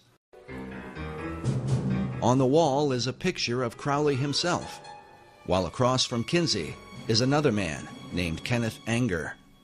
Anger was a close acquaintance who appeared in some of Kinsey's sex films, made in the attic of his Bloomington home. As an avant-garde filmmaker, Anger was deeply involved in the occult. He directed films with titles such as Lucifer Rising and The Invocation of My Demon Brother. Kenneth Anger is a co-founder of Anton LaVey's Church of Satan, and Kenneth Anger also was, had a penchant for younger men, for sure. Bobby Beausoleil was his live-in boyfriend. That's the same Bobby Beausoleil that committed the first murder, killing Hinman for Charles Manson. That was his live-in boyfriend. He played Lucifer in one of his occult movies that extolled the virtues of Aleister Crowley's magic and what have you. In this image from one of Anger's films, we see Bobby Beausoleil, who would later become one of Charles Manson's killers. He's standing next to a doorway with Crowley's maxim, "Do what thou wilt," painted on the door. A phrase that certainly fit with Kinsey's own view of human sexuality. Pomeroy even admits that Kinsey loved Crowley's writings, including specifically mentioning some of his homosexual erotica. One of his books called White Stains. Kenneth Anger is quoted saying that Kinsey was obsessed with obtaining the Great Beast's day-to-day sex diaries. To obtain grant monies and maintain the support of the university, Kinsey needed the excuse of research to validate his 24 hours a day obsession with sex. However, Kinsey's battle cry of "do your best and let other people react as they will" seemed a variation on Crowley's "do what thou wilt" maxim. An older Kenneth Anger is pictured here, with the name Lucifer tattooed on his chest. So important was Anger's relationship with Kinsey that to this day, the Kinsey Institute Library features a Kenneth Anger collection with an archive of Anger's films as well as the correspondence between him and Alfred Kinsey. Should America be disturbed that the father of her sexual revolution, who changed American law and laid the foundation for sex education, had such associations? If America continues to be influenced by Kinsey, what will it mean for her future? What Kinsey discovered at Crowley's mysterious abbey might provide a clue. Pomeroy writes that Crowley's curious magnetism drew people from all over the world, who came and became his sexual slaves. Some of these women left their husbands to enter the temple. They held group orgies as part of their ritual and included in them the small children the women had brought. He further reveals that inside the abbey, Kinsey found paintings, life-sized representations of sexual activity, including children.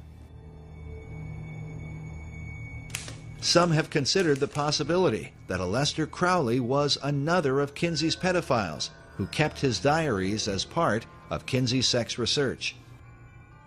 I would be surprised if Kinsey was not, in fact, either paying or communicating with Crowley regarding his sex diaries, because Crowley was more open and more public with his sexual exploits than pretty much anybody of the time.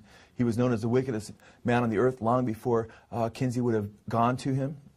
He was far more accessible than, say, a Nazi officer in Germany to Kinsey, and as ugly as Crowley was to so many people, he wasn't nearly as known, or there wasn't the reputation that there was with the Nazis.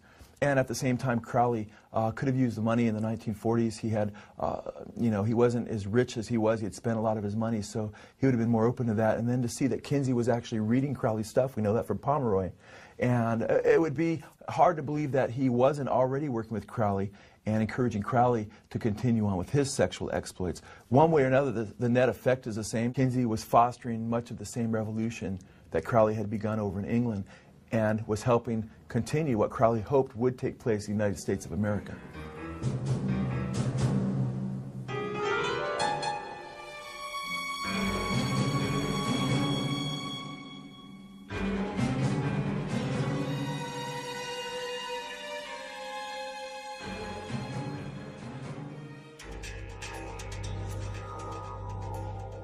Mass media seems to have always been on the side of Kinsey and his philosophy. A philosophy carried out by Hugh Hefner in 1953 when he launched Playboy magazine. That same year, Kinsey released his K-Bomb, Sexual Behavior in the Human Female, the second book in his report on human sexuality. Hefner made an immediate association between his soft porn magazine and Kinsey's research. I referred to it in the first introduction to the first issue and called it the other great book that was coming out in 1953. Max Lerner, the historian and a good friend of mine, said that Kinsey was the researcher and I was the pamphleteer. And it's an interesting way of looking at it. I certainly do think that in a very real way, the sexual revolution began in 1953, with the second book and the beginning of Playboy. Hugh Hefner had been under the influence of Kinseyan philosophy since the release of the male volume in 1948. He had even written about it in a college publication years before he started Playboy magazine. Half a century later, in Playboy's 50th anniversary issue, Hefner paid special tribute to Alfred Kinsey, celebrating the man who had helped him launch the sexual revolution. But Playboy represented more than just nude photos of the girl next door. According to Hefner, the magazine was, quote, a statement of rebellion without question. The first official Playboy playmate was named Janet Pilgrim, directly intended to mock America's Puritan heritage. In time, Hefner would publish the Playboy philosophy, a new morality for the post-Kinsey era. Just as Kinsey had gone all over the country, preaching the message of sexual reform, Hefner followed his example, giving speeches, appearing on talk shows, and speaking in public forums as the pamphleteer for Kinsey's sexual revolution. So what you're saying, Mr. Hefner, is that we should encourage premarital sexual relations? I think that we should encourage the notion that sex can be right and proper in marriage or out of marriage. In time, Hefner set up the Playboy Foundation, which became, quote, one of the major sources of income for the Kinsey Institute. But was Hefner's sexual revolution simply about giving consenting adults the right to alternative lifestyles? Or was there a hidden agenda within the pages of Playboy, one that would further the child sexual abuse also found in the Kinsey reports?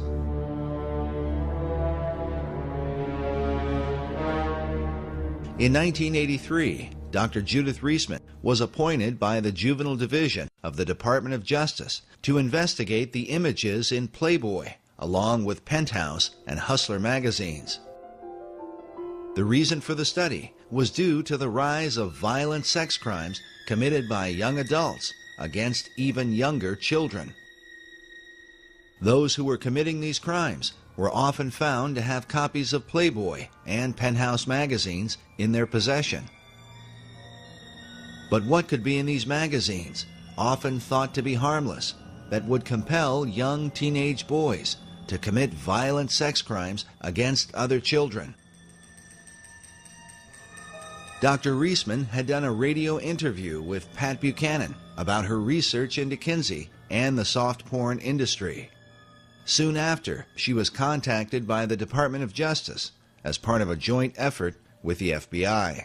I got a call from the Department of Justice when they heard me on the Buchanan program, and I was saying, you're going to have an increase in sexual crimes by children against children and by adults against children. You cannot do the kind of of programming of people's brains, minds, memories, and bodies. The connection between the brain goes all the way down, from the retina all the way down the central nervous system and into the genitals. You can't show people those kinds of pictures and arouse them in that way and not think that they're going to act out either positively on somebody who agrees or negatively on somebody who doesn't agree. That's what's going to happen, and you just simply can't do that to billions of people at one time, to masses of a population. In her Department of Justice study, Dr. Reisman revealed that from 1953 to 1982, Playboy and eventually Penthouse and Hustler magazines had published approximately 9,000 images of children involved in sexual scenarios, an average of about 8 to 9 images per issue. And I showed the development of the child in those images, in cartoons, in photographs, and the use of the child as a sexual object by the observer, by the viewer. And I said, your average guy thinks he's buying a girly magazine, a magazine that's just pictures of pretty girls. And he has no idea that the messages that are being pumped into him, neurophysiologically, if you will, all the way down and through his system, include images of sexual assault of children. And he, as the viewer, becomes the predator. That's just the way the human brain works. The following are images from Dr. Reisman's presentation at the FBI Training Center in Quantico. Please understand, the most severe images we are unable to show you. Dr. Reisman demonstrates how the cartoon imagery of children progressed into real-life images, either of children or of legal-aged women who were made to look like obviously underage girls. Over time, the scenarios suggested greater degrees of sexual aggression and violence, including murder.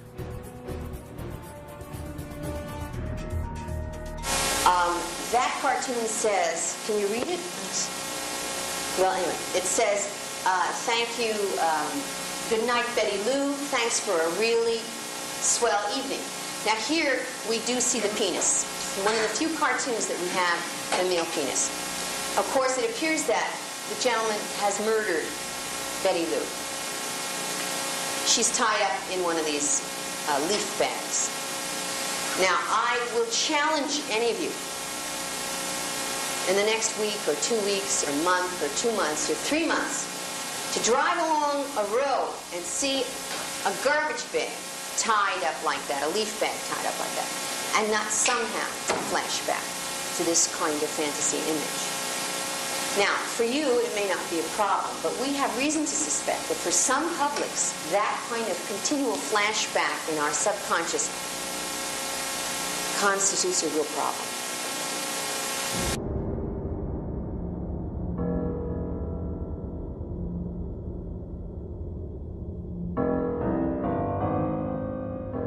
Dr. Reisman believes that millions of American men have been conditioned for decades by such imagery, often struggling with an addiction that they don't understand and cannot escape. The addiction to porn has now been handed down to America's children, giving their young minds a perverse view of reality and of the relationships between men and women.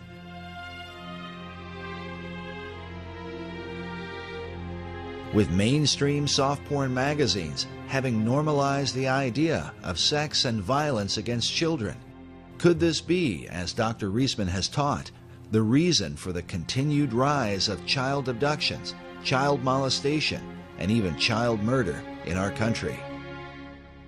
And are these materials, which are often defended under the First Amendment, the real liberty that America's founding fathers fought and died for? Something recently read on, I think, Fox News. You know, one of the newscasters there has got a blurb or an article right now on the internet. You know, are our children safe? Is this ever going to end? And I know for a fact it will not end. And it is only going to get worse unless something is done about pornography. The most damaging kinds of pornography are those that involve violence and sexual violence, because the wedding of those two forces, as I know only too well, brings about behavior that is just too terrible to describe. After seeing her presentation at their training center at Quantico, the FBI ordered all copies of Playboy and Penthouse magazines to be removed from the FBI post-exchange. A similar reaction occurred with the Southland 7-Eleven Corporation, which had been a major distributor of Playboy and Penthouse. But in 1986, after seeing Dr. Reisman's presentation, the 7-Eleven chain refused to carry the publications, costing the soft porn giants untold millions in annual revenue. Dr. Reisman herself describes what the FBI and 7-Eleven were really responding to. That what they were getting in their house, what their sons were seeing, what the uncles were seeing, what the boyfriends were seeing, was how to sexually abuse a child and laugh about it. During World War II, the Nazis used cartoons to condition the minds of Germans against the Jewish people, creating an exaggerated and comical identity that ultimately led to their persecution and mass murder. Dr. Reisman believes a similar kind of conditioning has happened through the use of cartoon imagery that depict the rape and abuse of children. Children are being sexually assaulted, they're being trampled on, they're being kidnapped, they're being murdered. And I have all of those kinds of cartoons. Some of the following cartoons are disturbing, such as this image from Playboy of an infant child masturbating with a title that reads, "Getting Off." Not surprisingly, the cartoon supports the Kinseyan view that children are sexual from birth.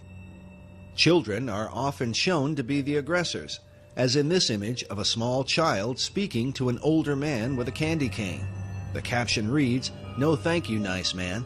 I don't want to go for a ride in your car. Why don't we just go up to my place and BALL?" This image from Penthouse has 3 young girls in conversation. The one with the candy cane says, "Yeah, and he gives you one of these just for straight sex, no deviations." This Playboy image is of a young girl putting her dress back on. She says to the older man in the bathrobe, "You call that being molested?" In this scene, a young girl is in bed with an older man. On the phone she says, "Hello, Mommy. I met this nice political leader from the moral majority on Capitol Hill." Incest is another prominent theme of the magazines. This Playboy image shows a young girl in bed with an obviously older man. The caption reads, "Everything's fine, Mama. Uncle William and I are playing a game called Consequences." This cartoon from Hustler magazine is of a father molesting his high school daughter.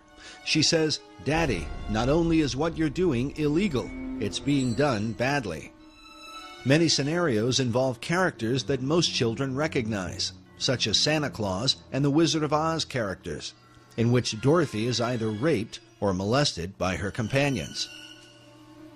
In this cartoon, the Santa Claus has an ecstatic look on his face because the little girl sitting on his lap has her hand inside his pants. In this one, the Santa Claus has his pants around his ankles as he rapes an obviously frightened little girl on his lap. The Santa images become especially violent, even bloody, such as this one, where the Santa character has just murdered a child with a machine gun. The child's bloody body lies on the floor. The caption reads, "That'll teach you to be a good boy." There are literally thousands of such cartoons, cataloged and analyzed by Dr. Reisman. These images have been published by the soft porn industry for more than half a century. But by far the most disturbing collection comes from Larry Flint's Hustler magazine. For years, Hustler published the cartoon Chester the Molester. It's part of a series in which this man was attacking children. The classic Chester cartoon is this one, where Chester sits naked in a chair with 3 young girls who have obviously been kidnapped, bound, and raped. The caption coming from the TV reads, "It is 11 o'clock. do you know where your children are? Dr. Reisman believes that because of suggestive imagery like this, many parents don't know where their children are.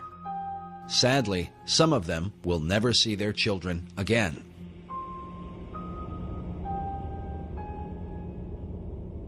Chester the Molester was the invention of Hustler's head cartoonist, Dwayne Tinsley, shown here in the 1985 documentary, Rated X, where he explains the character of Chester. And Chester's the character that I do for the magazine. You have this dirty old guy that would do anything to trap a young girl. When you say young girl, how young do you mean? Well, at that particular time, he was after the younger ones, 10, 12. His idea is that he wants to get all little girls. Look again carefully at this disturbing image, where Chester is writing information on a notepad, almost as if he were recording data like one of Kinsey's pedophiles. First of all, if he's going to trap a little girl, you know, the idea for him would be to knock her out or something. I don't know. I mean, he didn't have to actually use a club or a bat. He could have smacked her, but just the idea of the bat is a little goofier, would better than a baseball bat. I mean, it was just always with him. He was going to hit the little girl over the head with, trap her, hit the little girl with his club, and drag her off to his lair, as it were. Whether she was going to have fun or not, it was never established. This same attitude seems to have carried into Tinsley's own life. 4 years after appearing in this documentary, Tinsley's daughter would testify in court that she had been repeatedly raped by Tinsley himself. In 1989, Dwayne Tinsley was tried and convicted as a child rapist, in part because of the research on his work done by Dr. Reisman. There's just no question at all that those cartoons that we showed, that they showed the jury, were absolute evidence of the crimes he had committed on his daughter, as testified by his daughter. During the trial, the jury was shown one of Tinsley's cartoons, which depicted a father molesting his teenage daughter. The caption reads, "Gee, I'd love to go to the drive-in, Tommy, but my dad has some, extra household chores for me tonight." In court, Tinsley's daughter claimed that her father showed her this cartoon and said to her, "This is you and me." The Associated Press reported that Tinsley often said, "You can't write this stuff all the time if you don't experience it." There's no normal human being that can draw those things, that can put that kind of idea out there to the public, who is not experiencing that themselves. No, that's just not going to happen. But Tinsley was not alone. His employer, Larry Flint, was also accused by his daughter, Tanya Flint Vega, in her book, Hustled, in which she claimed that her father used the Chester the Molester cartoons to introduce her to the idea of sex, and then raped her when she was only 9 years old. Like many pedophiles, Larry Flint was never charged with a crime and openly denied his daughter's allegations. Even Hugh Hefner is said to have been guilty of statutory rape. According to biographer Russell Miller in his book, Bunny, The Real Story of Playboy, Hefner himself enjoyed making love to a schoolgirl who had attended his daughter's Sweet 16 birthday party. Miller's evidence was based on the testimony of the staff that worked in the Playboy mansion at the time. As with Larry Flint, Hefner was never charged with a crime. A major breakthrough for Hefner's Playboy magazine and child pornographers in general was the film Pretty Baby, starring Brooke Shields, a film briefly remembered during the recent controversy over the images of 15-year-old Miley Cyrus. Pretty Baby was the story of a 12-year-old girl who grows up with a prostitute mother and ends up losing her virginity in a whorehouse. People magazine ran a story saying Brooke Shields, 12, stirs a furor over child porn in films. Playboy featured images from the film, along with an interview with the film's director, Louis Malle. In the interview, Malle said, when Playboy requested a photo that would express my personal vision of eroticism, I sent a shot of my 2-year-old daughter, Justine, naked. This led to the photos above of Brooke Shields, whom I cast in the title role of my new film, Pretty Baby.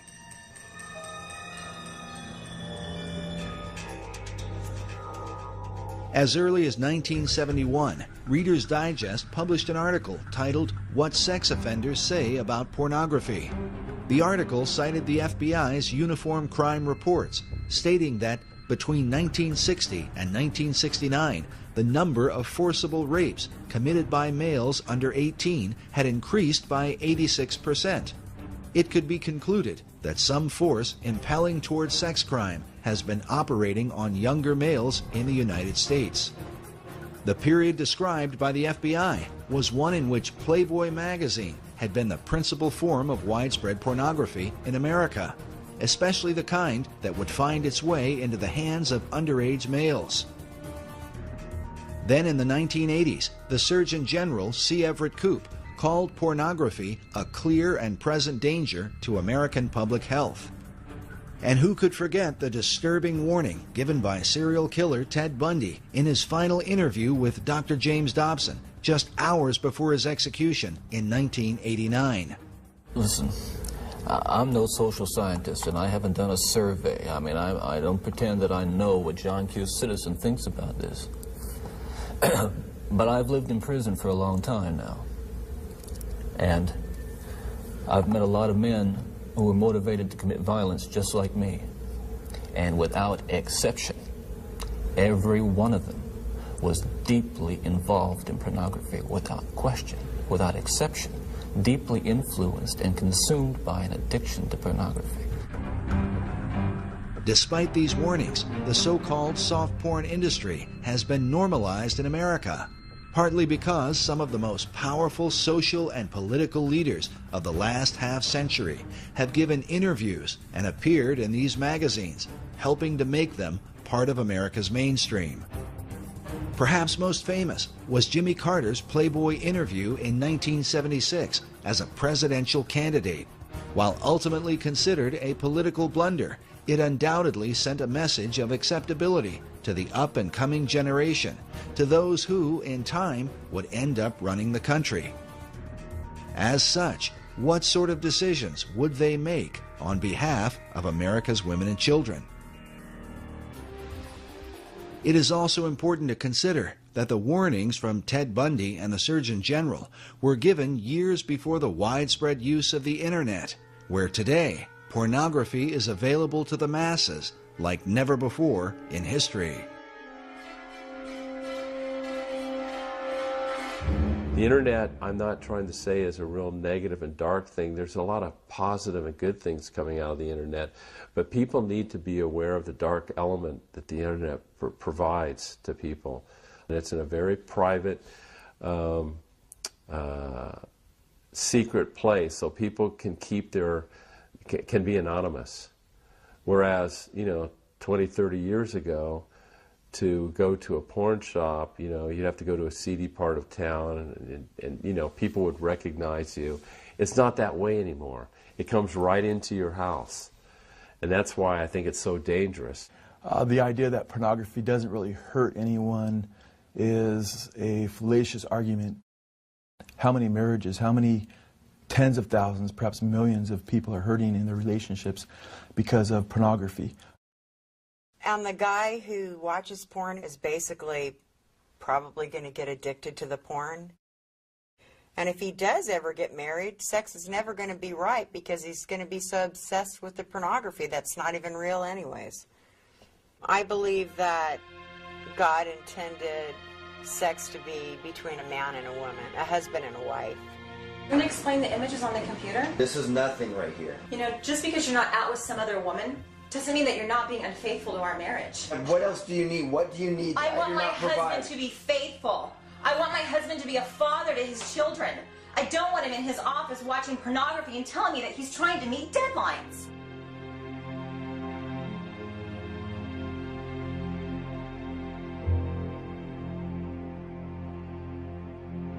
It's said that the greatest myth about pornography is that nobody gets hurt. Some even argue that porn is a healthy outlet for men and women alike. But has this really proven to be the case? Or does an addiction to porn create a kind of shadow person, someone who ends up leading a double life? One that the rest of those in his world can only wonder about. And when his dark secrets are finally brought into the light, what will be revealed?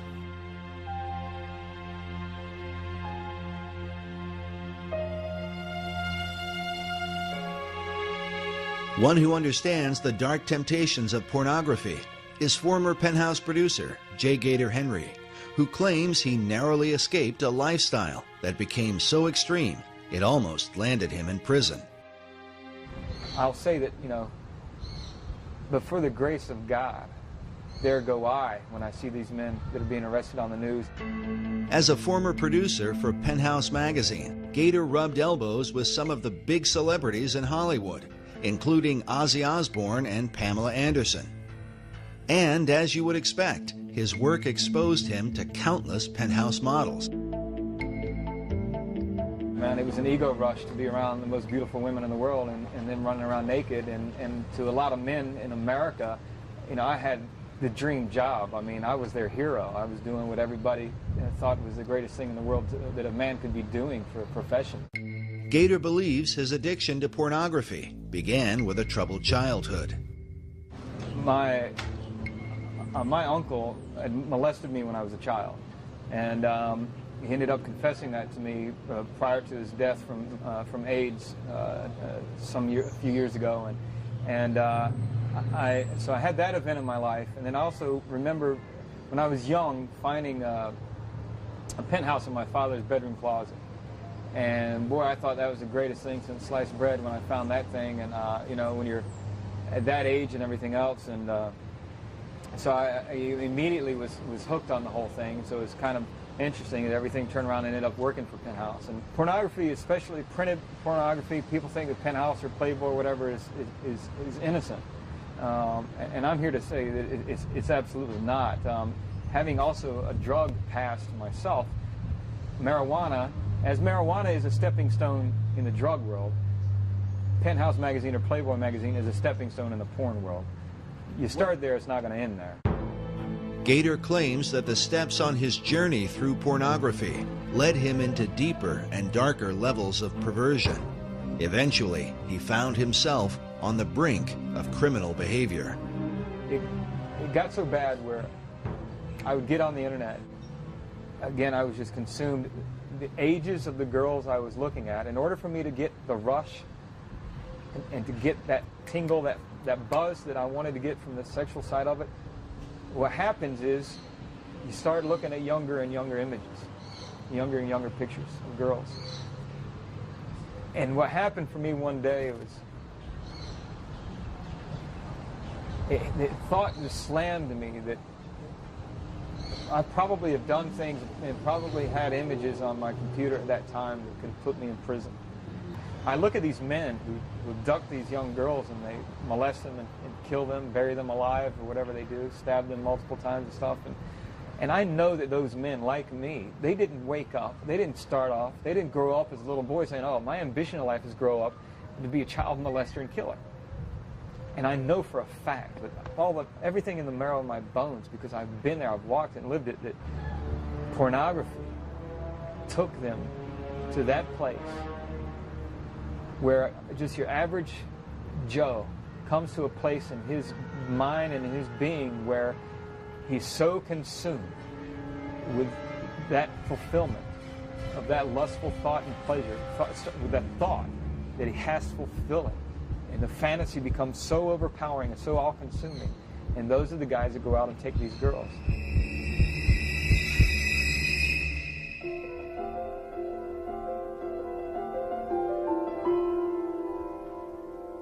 Thankfully, Gator Henry says that in his case, he never reached that point of criminal behavior. Today, he tells others he found strength to turn away from his dark addiction through his faith in God. I remember it now, and I saw myself. How wretched I really was before him, and how I had sinned against him, and he'd been so merciful to me. Dr. Judith Reisman has commented that in her more than 30 years of research, she has seen few, if any, escape their porn addiction except through anti-porn activism or faith-based programs. In Gator Henry's case, he says it was his Christian faith and the teachings he found in the Bible that kept him from becoming a sex offender. And what delivered me, what took me out of that, was plain and simple. Nothing but the power of Jesus Christ and the power of His Spirit through the fear of God. That fear might be summed up in the Gospel of Luke. When speaking about children, Jesus said, "It were better for a man that a millstone were hanged about his neck, and he cast into the sea, than that he should offend one of these little ones."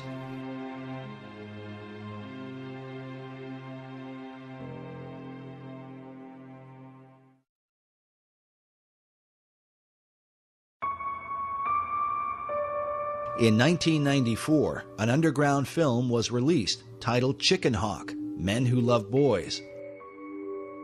The film documented the lives of certain members of NAMBLA, the North American Man-Boy Love Association.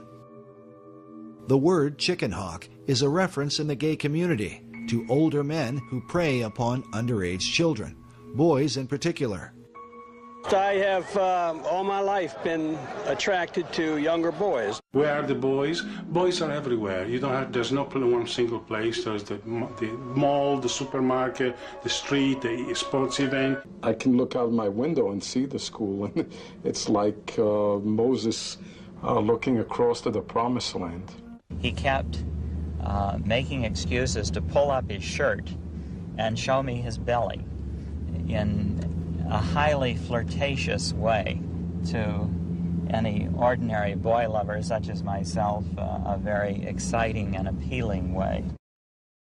Now, the Queen's Vernacular was considered to be the #1 gay lexicon dictionary for homosexual language. 12,000 words in this dictionary, and you open it up, and their mascot is, as was the mascot in The Advocate, a boy, Boy Scout in this case. And the 12,000 words that are in here all relate to the in language, the cant that's being used within the homosexual movement amongst homosexuals. What do all these words mean? Well, they had a certain meaning for the homosexual world that the straight world didn't understand. It's another language. Very interesting because, 12,000 words, well, when Webster compiled his American Dictionary to distinguish us from the English, that had 12,000 new words as well. So that we were distinct from the English, from Samuel Johnson's dictionary. Webster said, no, we're a unique people. He had 12,000 words to show that. So this dictionary says, we are unique people. We have 12,000 words to show that. And some of those words we compiled we did an analysis of these words. And we found that the #1 quoted word, in order of importance, was a chicken, which relates to boys. Chicken, a young recruit, any boy under the age of consent, heterosexual, fair of face, and unfamiliar with homosexuality. There are 254 words there that deal with sex with boys. One of the most disturbing sequences in the film Chicken Hawk were a series of interviews done with parents whose children were being openly preyed upon in a small community by this pedophile, a man named Leland Stevenson. He is shown openly preying upon underage children, looking for an opportunity to molest them. So what happened? What? You made the phone ring. Oh, you made the phone ring? Oh, well, let's see how you did that. Oh, geez. You're just record. No, you can't get in trouble for this. He was so eager to tell me when his birthday was, and he was going to be 15 in less than a month on the 1st of December. And this is what life is about. This is what real life is about. I would say that he was in bloom, and that's it. The flower is responding to warmth. That is, I as a human being am bathing him in a certain kind of celestial warmth. The frustration of the parents interviewed in this film is not unlike that of parents across America who live in fear of seeing their children violated by sexual predators. I'd probably kill him. Honest, I probably would, if he would have bothered my kids. You know, they prey on these children and how they can stand up and tell people what they believe in and that there's nothing that you can do about it. I don't understand our judicial system, that's for sure. Chicken Hawk, Men Who Love Boys, stands as a powerful indicator of the damage done to America in its post-Kinsey era.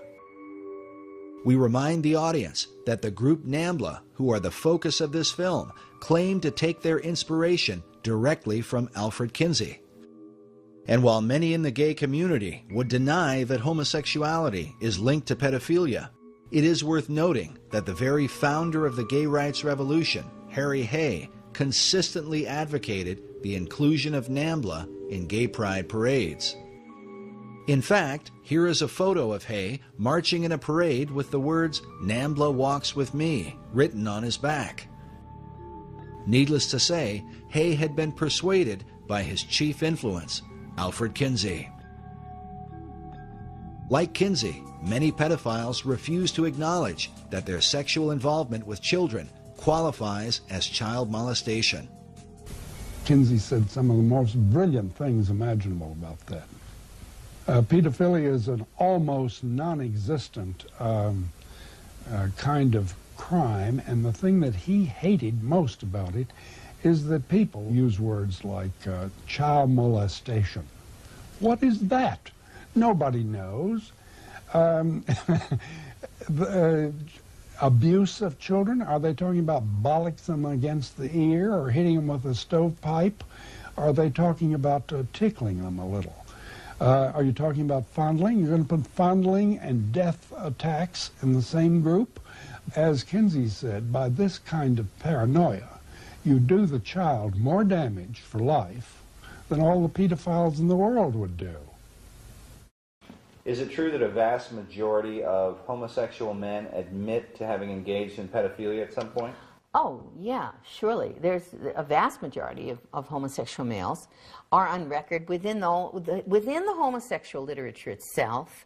Even the Advocate admitted to at minimum 21%, and we had up to 70-some% by other homosexual publications and researchers. And one of them, one of the research publications came out of the Kinsey Institute. And we have this high rate of AIDS amongst young men who've been infected as boys, which means that they were basically being sexually assaulted.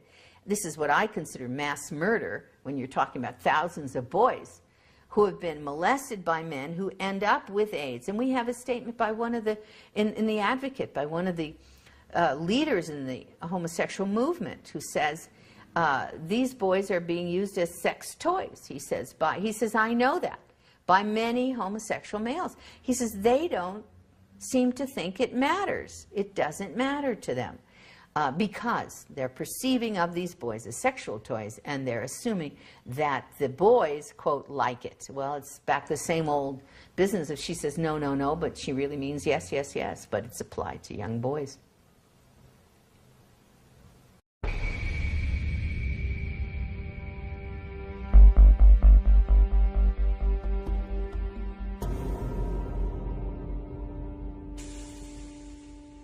While groups like NAMBLA seem to represent an extreme viewpoint, the reality is that their philosophy is embraced by leading members of the academic community in what is called sexology, the study of human sexuality.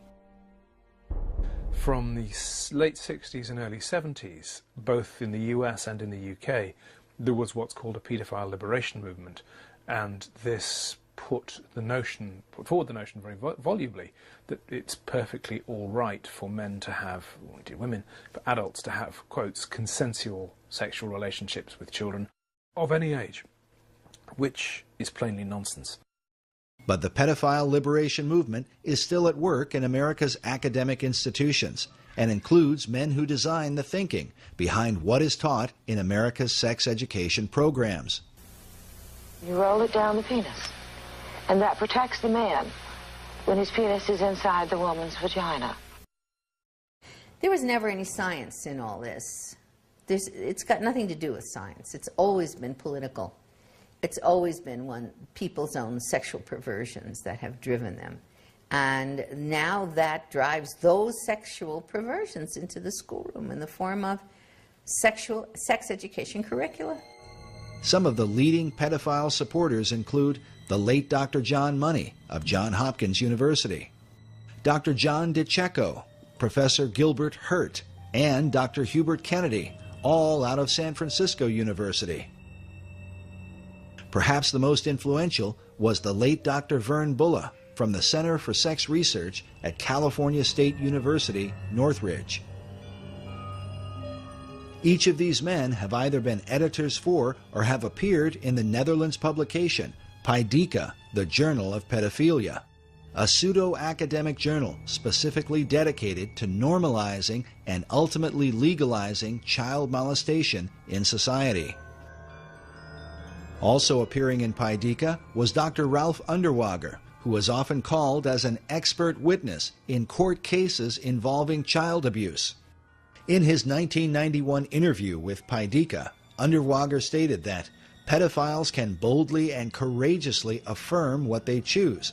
They can say that what they want is to find the best way to love, an acceptable expression of God's will for love and unity. It may take people being arrested. Revolutionaries have always risked arrest. As alarming as this is, during our investigation, we were surprised at the number of people who seemed to accept the pedophile philosophy. And how do you feel about the issue of child pornography?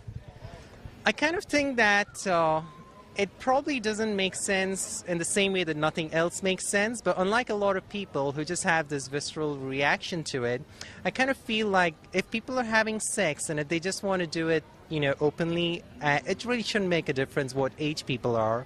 It's our strict laws that result in so many of these kids being killed by child molesters because they're so afraid of what would happen to them if they get caught.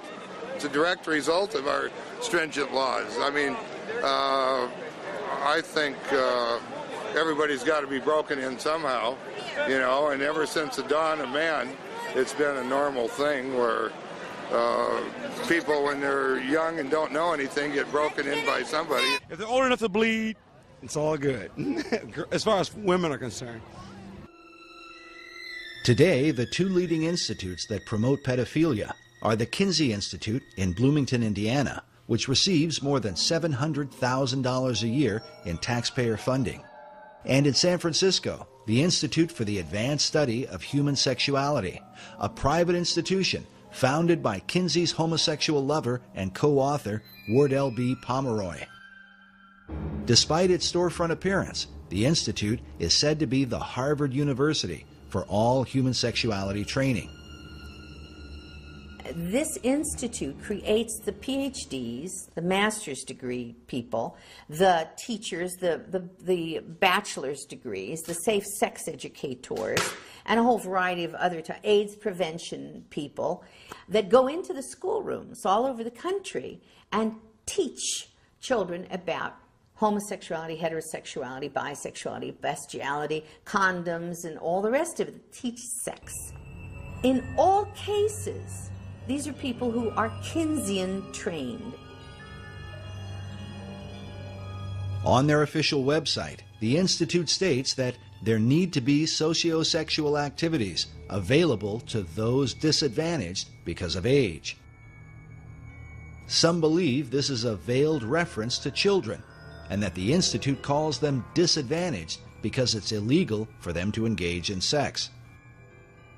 Can this really be the case? We decided to pay a visit to the Institute and question them about this and some other information on their website. Even if it's 2 minutes, the pain. No, I really can't. No, can you answer one question for us, sir? Needless to say, our initial attempts were met with resistance. Can we get just one answer? On your website, which you make public, you say that you help those who are disadvantaged because they're aged sexually. Does that add up to endorsing pedophilia?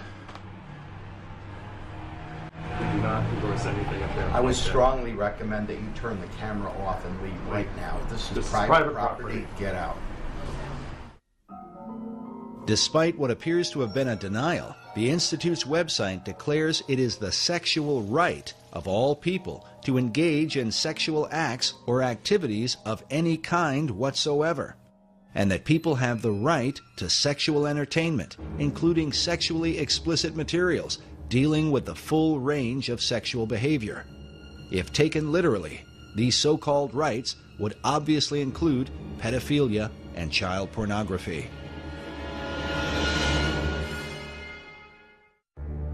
Beyond all this, the Institute's founding director, Wardell Pomeroy, wrote the book Boys and Sex, in which he promoted the idea of boys having sex with animals, such as a dog, a horse, or a bull.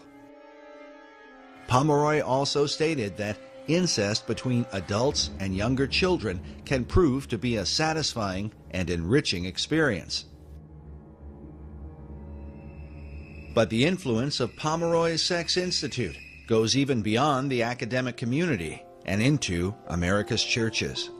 The line from Kinsey to the current destruction of the Catholic Church is very direct. In the past 4 years, more than 180 people have come forward claiming they were sexually abused by priests in this area over the past 60 years. Consider this raw data.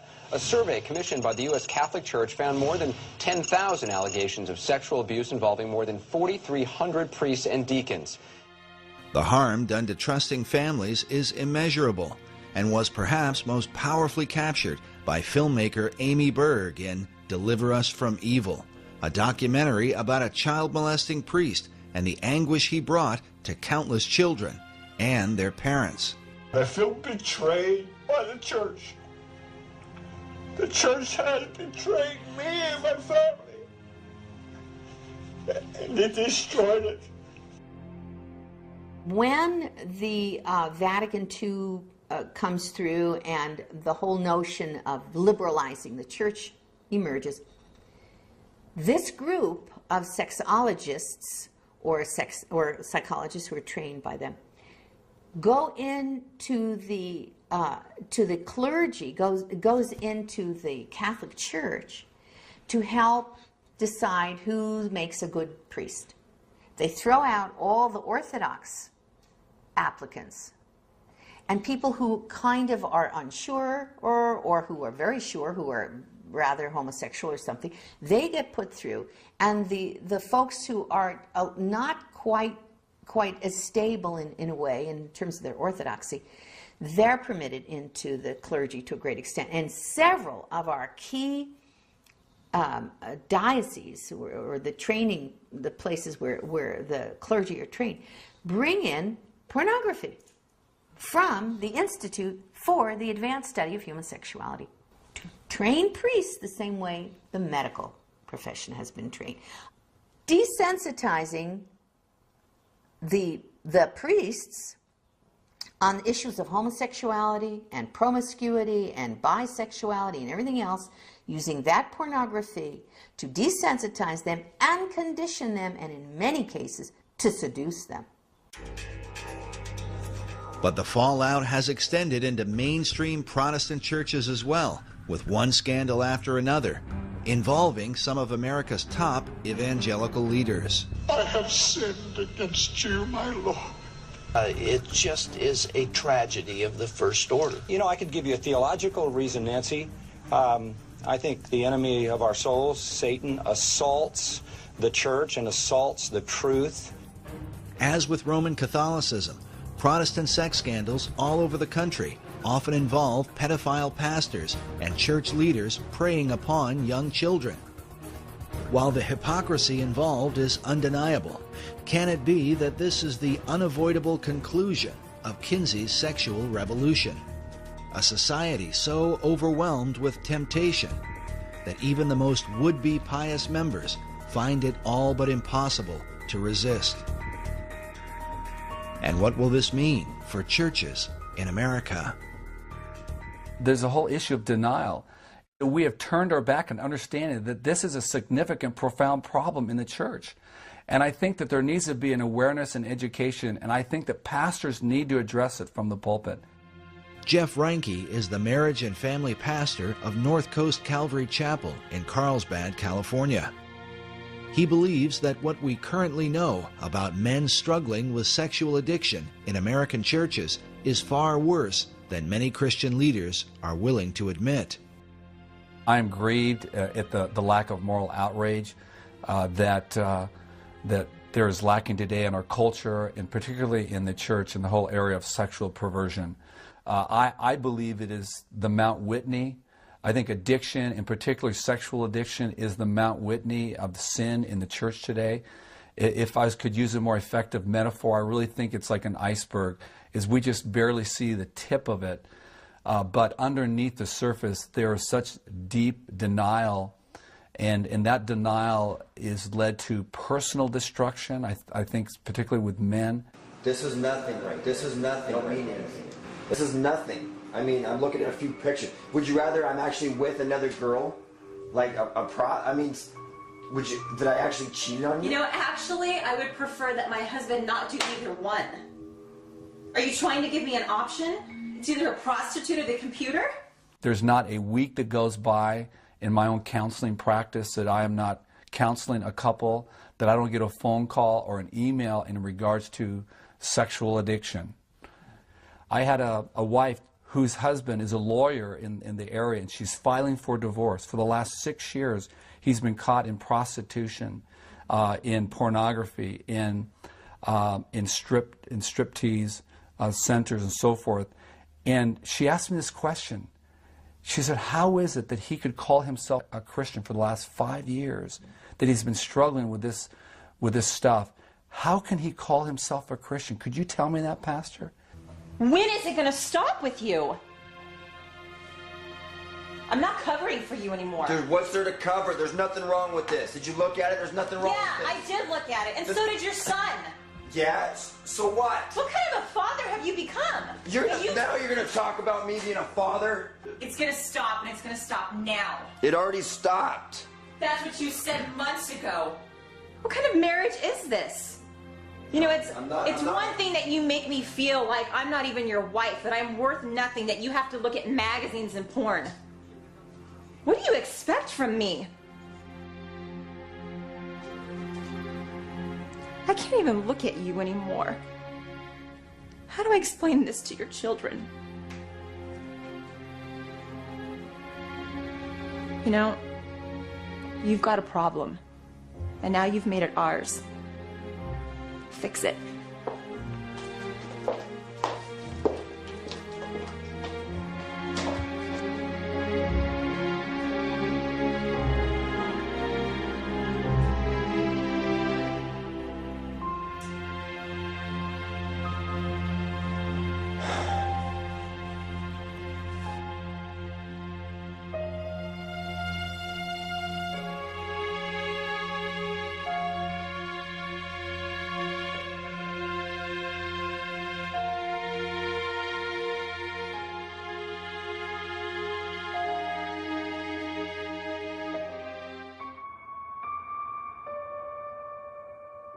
With so much devastation affecting America at many levels, the question is, why hasn't something been done about Kinsey's dark legacy? The answers are complicated.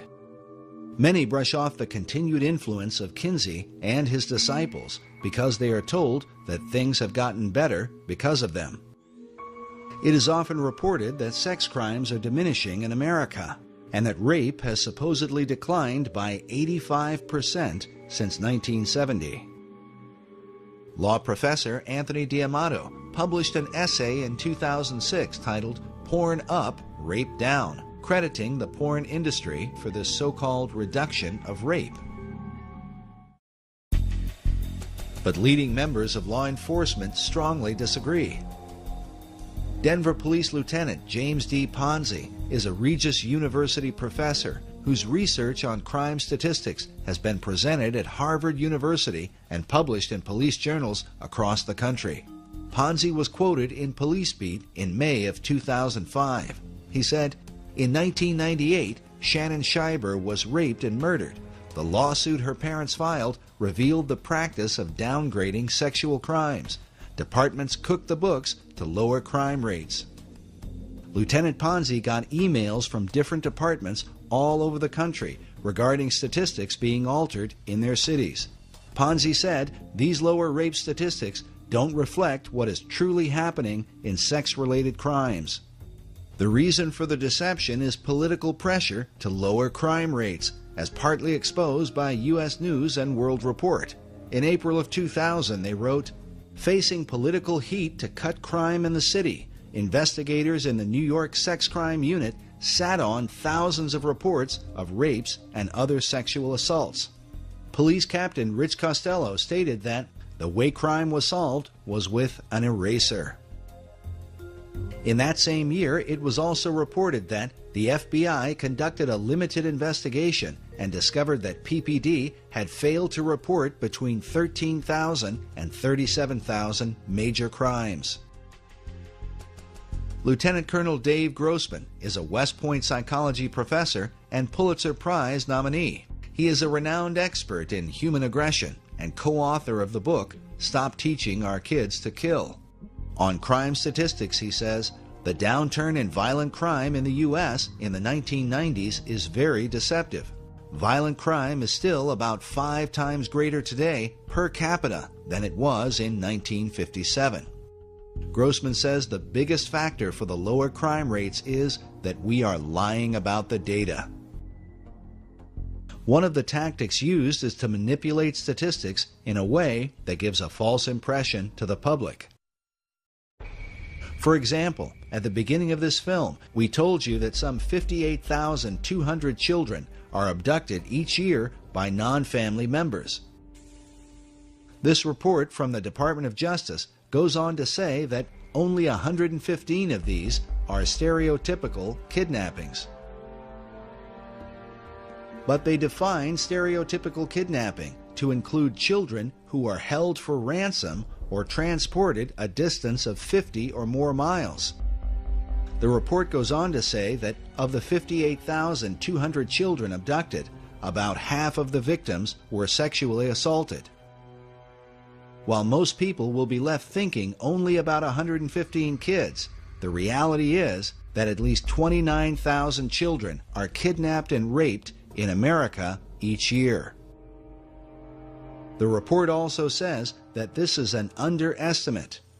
Researchers like Lieutenant James Ponzi, who we spoke with during our investigation, believe that the real number is much higher than anyone is able to document. As parents and guardians, we should consider again carefully the words of former prosecutor Ann Bremner. And we also see in a lot of these kidnapping and death cases recently by sex offenders that your child can be lost in just an instant. So I think you have to be vigilant at all times. Be vigilant at all times.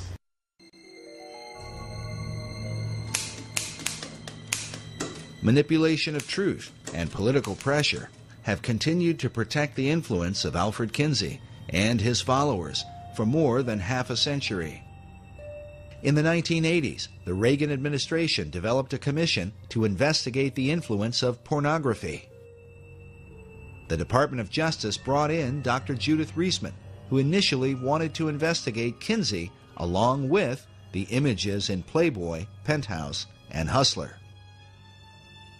But just as the Reis Committee was opposed in the 1950s, so Dr. Reisman was shot down in the 1980s. She conducted her research at American University, but once she began, the university vehemently opposed any investigation into Kinsey, and she was forced to drop it. I said, I'm not doing anything with human subjects. I'm just going to be researching his work, the things that he's already written.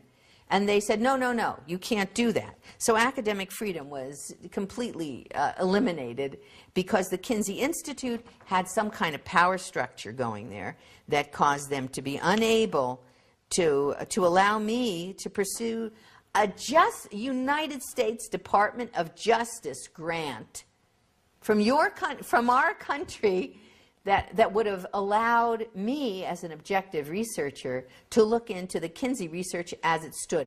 The president of American University at the time was Dr. Richard Berenson, who was later exposed in a sex scandal involving a series of obscene phone calls in which Berenson claimed he had a 4-year-old girl that he kept as a sex slave down in his basement. The calls were eventually traced to his office at American University. Berenson was exposed as a pedophile. And I spoke with a lawyer later, and it turned out, of course, he had pornography in his drawers. They cleaned out the office, got rid of the pornography, though they found out later, the lawyer did, that it had been there. And he quickly fled, ran to Johns Hopkins University, and entered there and stayed there for, I think it was 3 weeks, and got a clean bill of health from Johns Hopkins, saying you that... mean like psychiatric treatment? Yes. Yes, suddenly he was okay. But political opposition came not only from American University, but also in Washington, D.C., over the analysis of Playboy, Penthouse, and Hustler. As a result, Dr. Reisman was forced to publish her report independently. The FBI and 7-Eleven took notice, as we mentioned earlier, and that's when the soft porn giants fought back.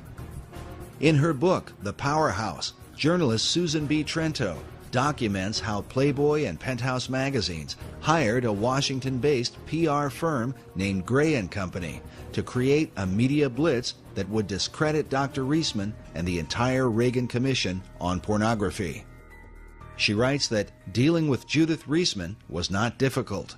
Since Reisman was without political savvy and lacked allies, she made a most appealing target for discrediting. Trento says that Gray & Company charged between $50,000 and $75,000 per month for the campaign against Dr. Reisman, and that for this particular account, much of the cost was borne by Playboy. Penthouse also provided funding. Because of the controversy, it would be a decade later before Dr. Reisman's research would be officially embraced by the Department of Justice.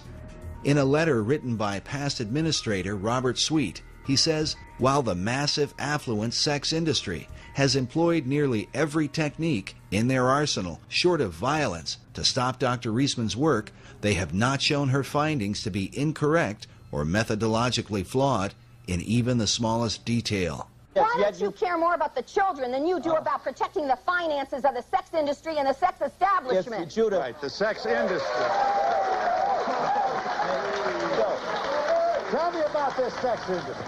Dr. Reisman has for years argued against the harmful impact of the sex industry on America's children.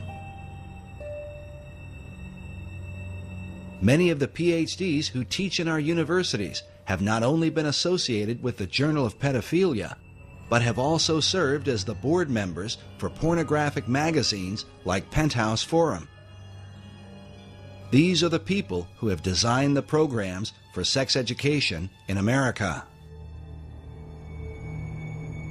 Because Kinsey chose to define the pain and suffering of abused children as orgasm, he then argued that children were sexual from birth and should be taught about having sex as soon as possible. While most who promote the programs probably don't know it, this thinking is what lies behind the idea of teaching sex education to kindergartners. I remember him using this in his campaign against me, saying Barack Obama supports teaching sex education to kindergartners. And, you know, which I didn't know what to tell him.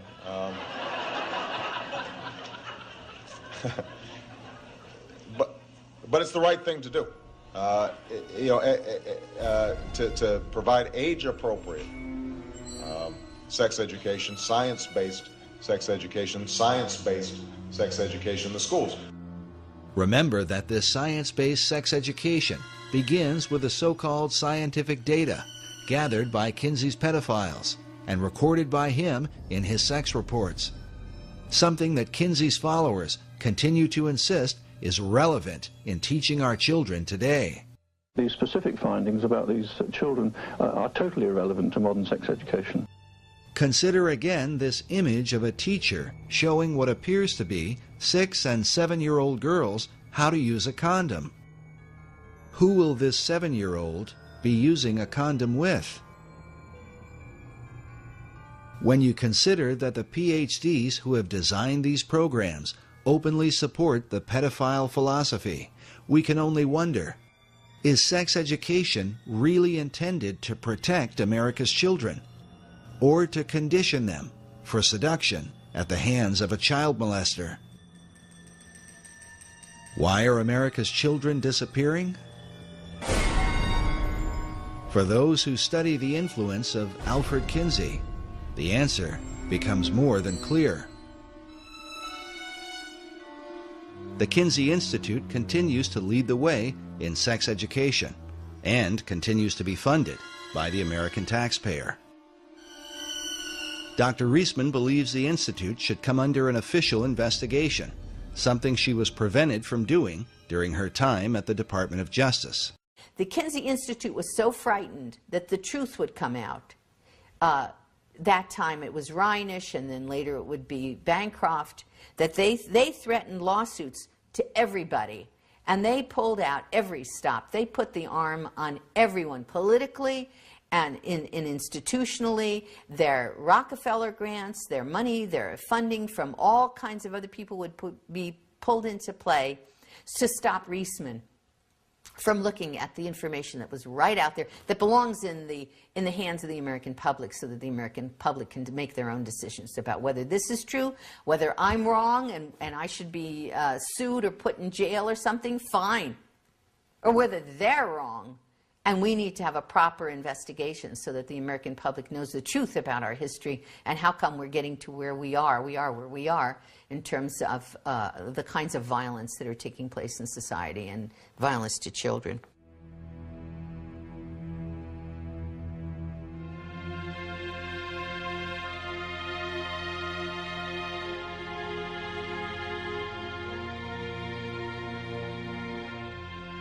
We are told that our founding fathers went to war so that America might be free. But how they would respond, we can only wonder, if they could see our country today and witness how we now define that original liberty for which brave men fought and died.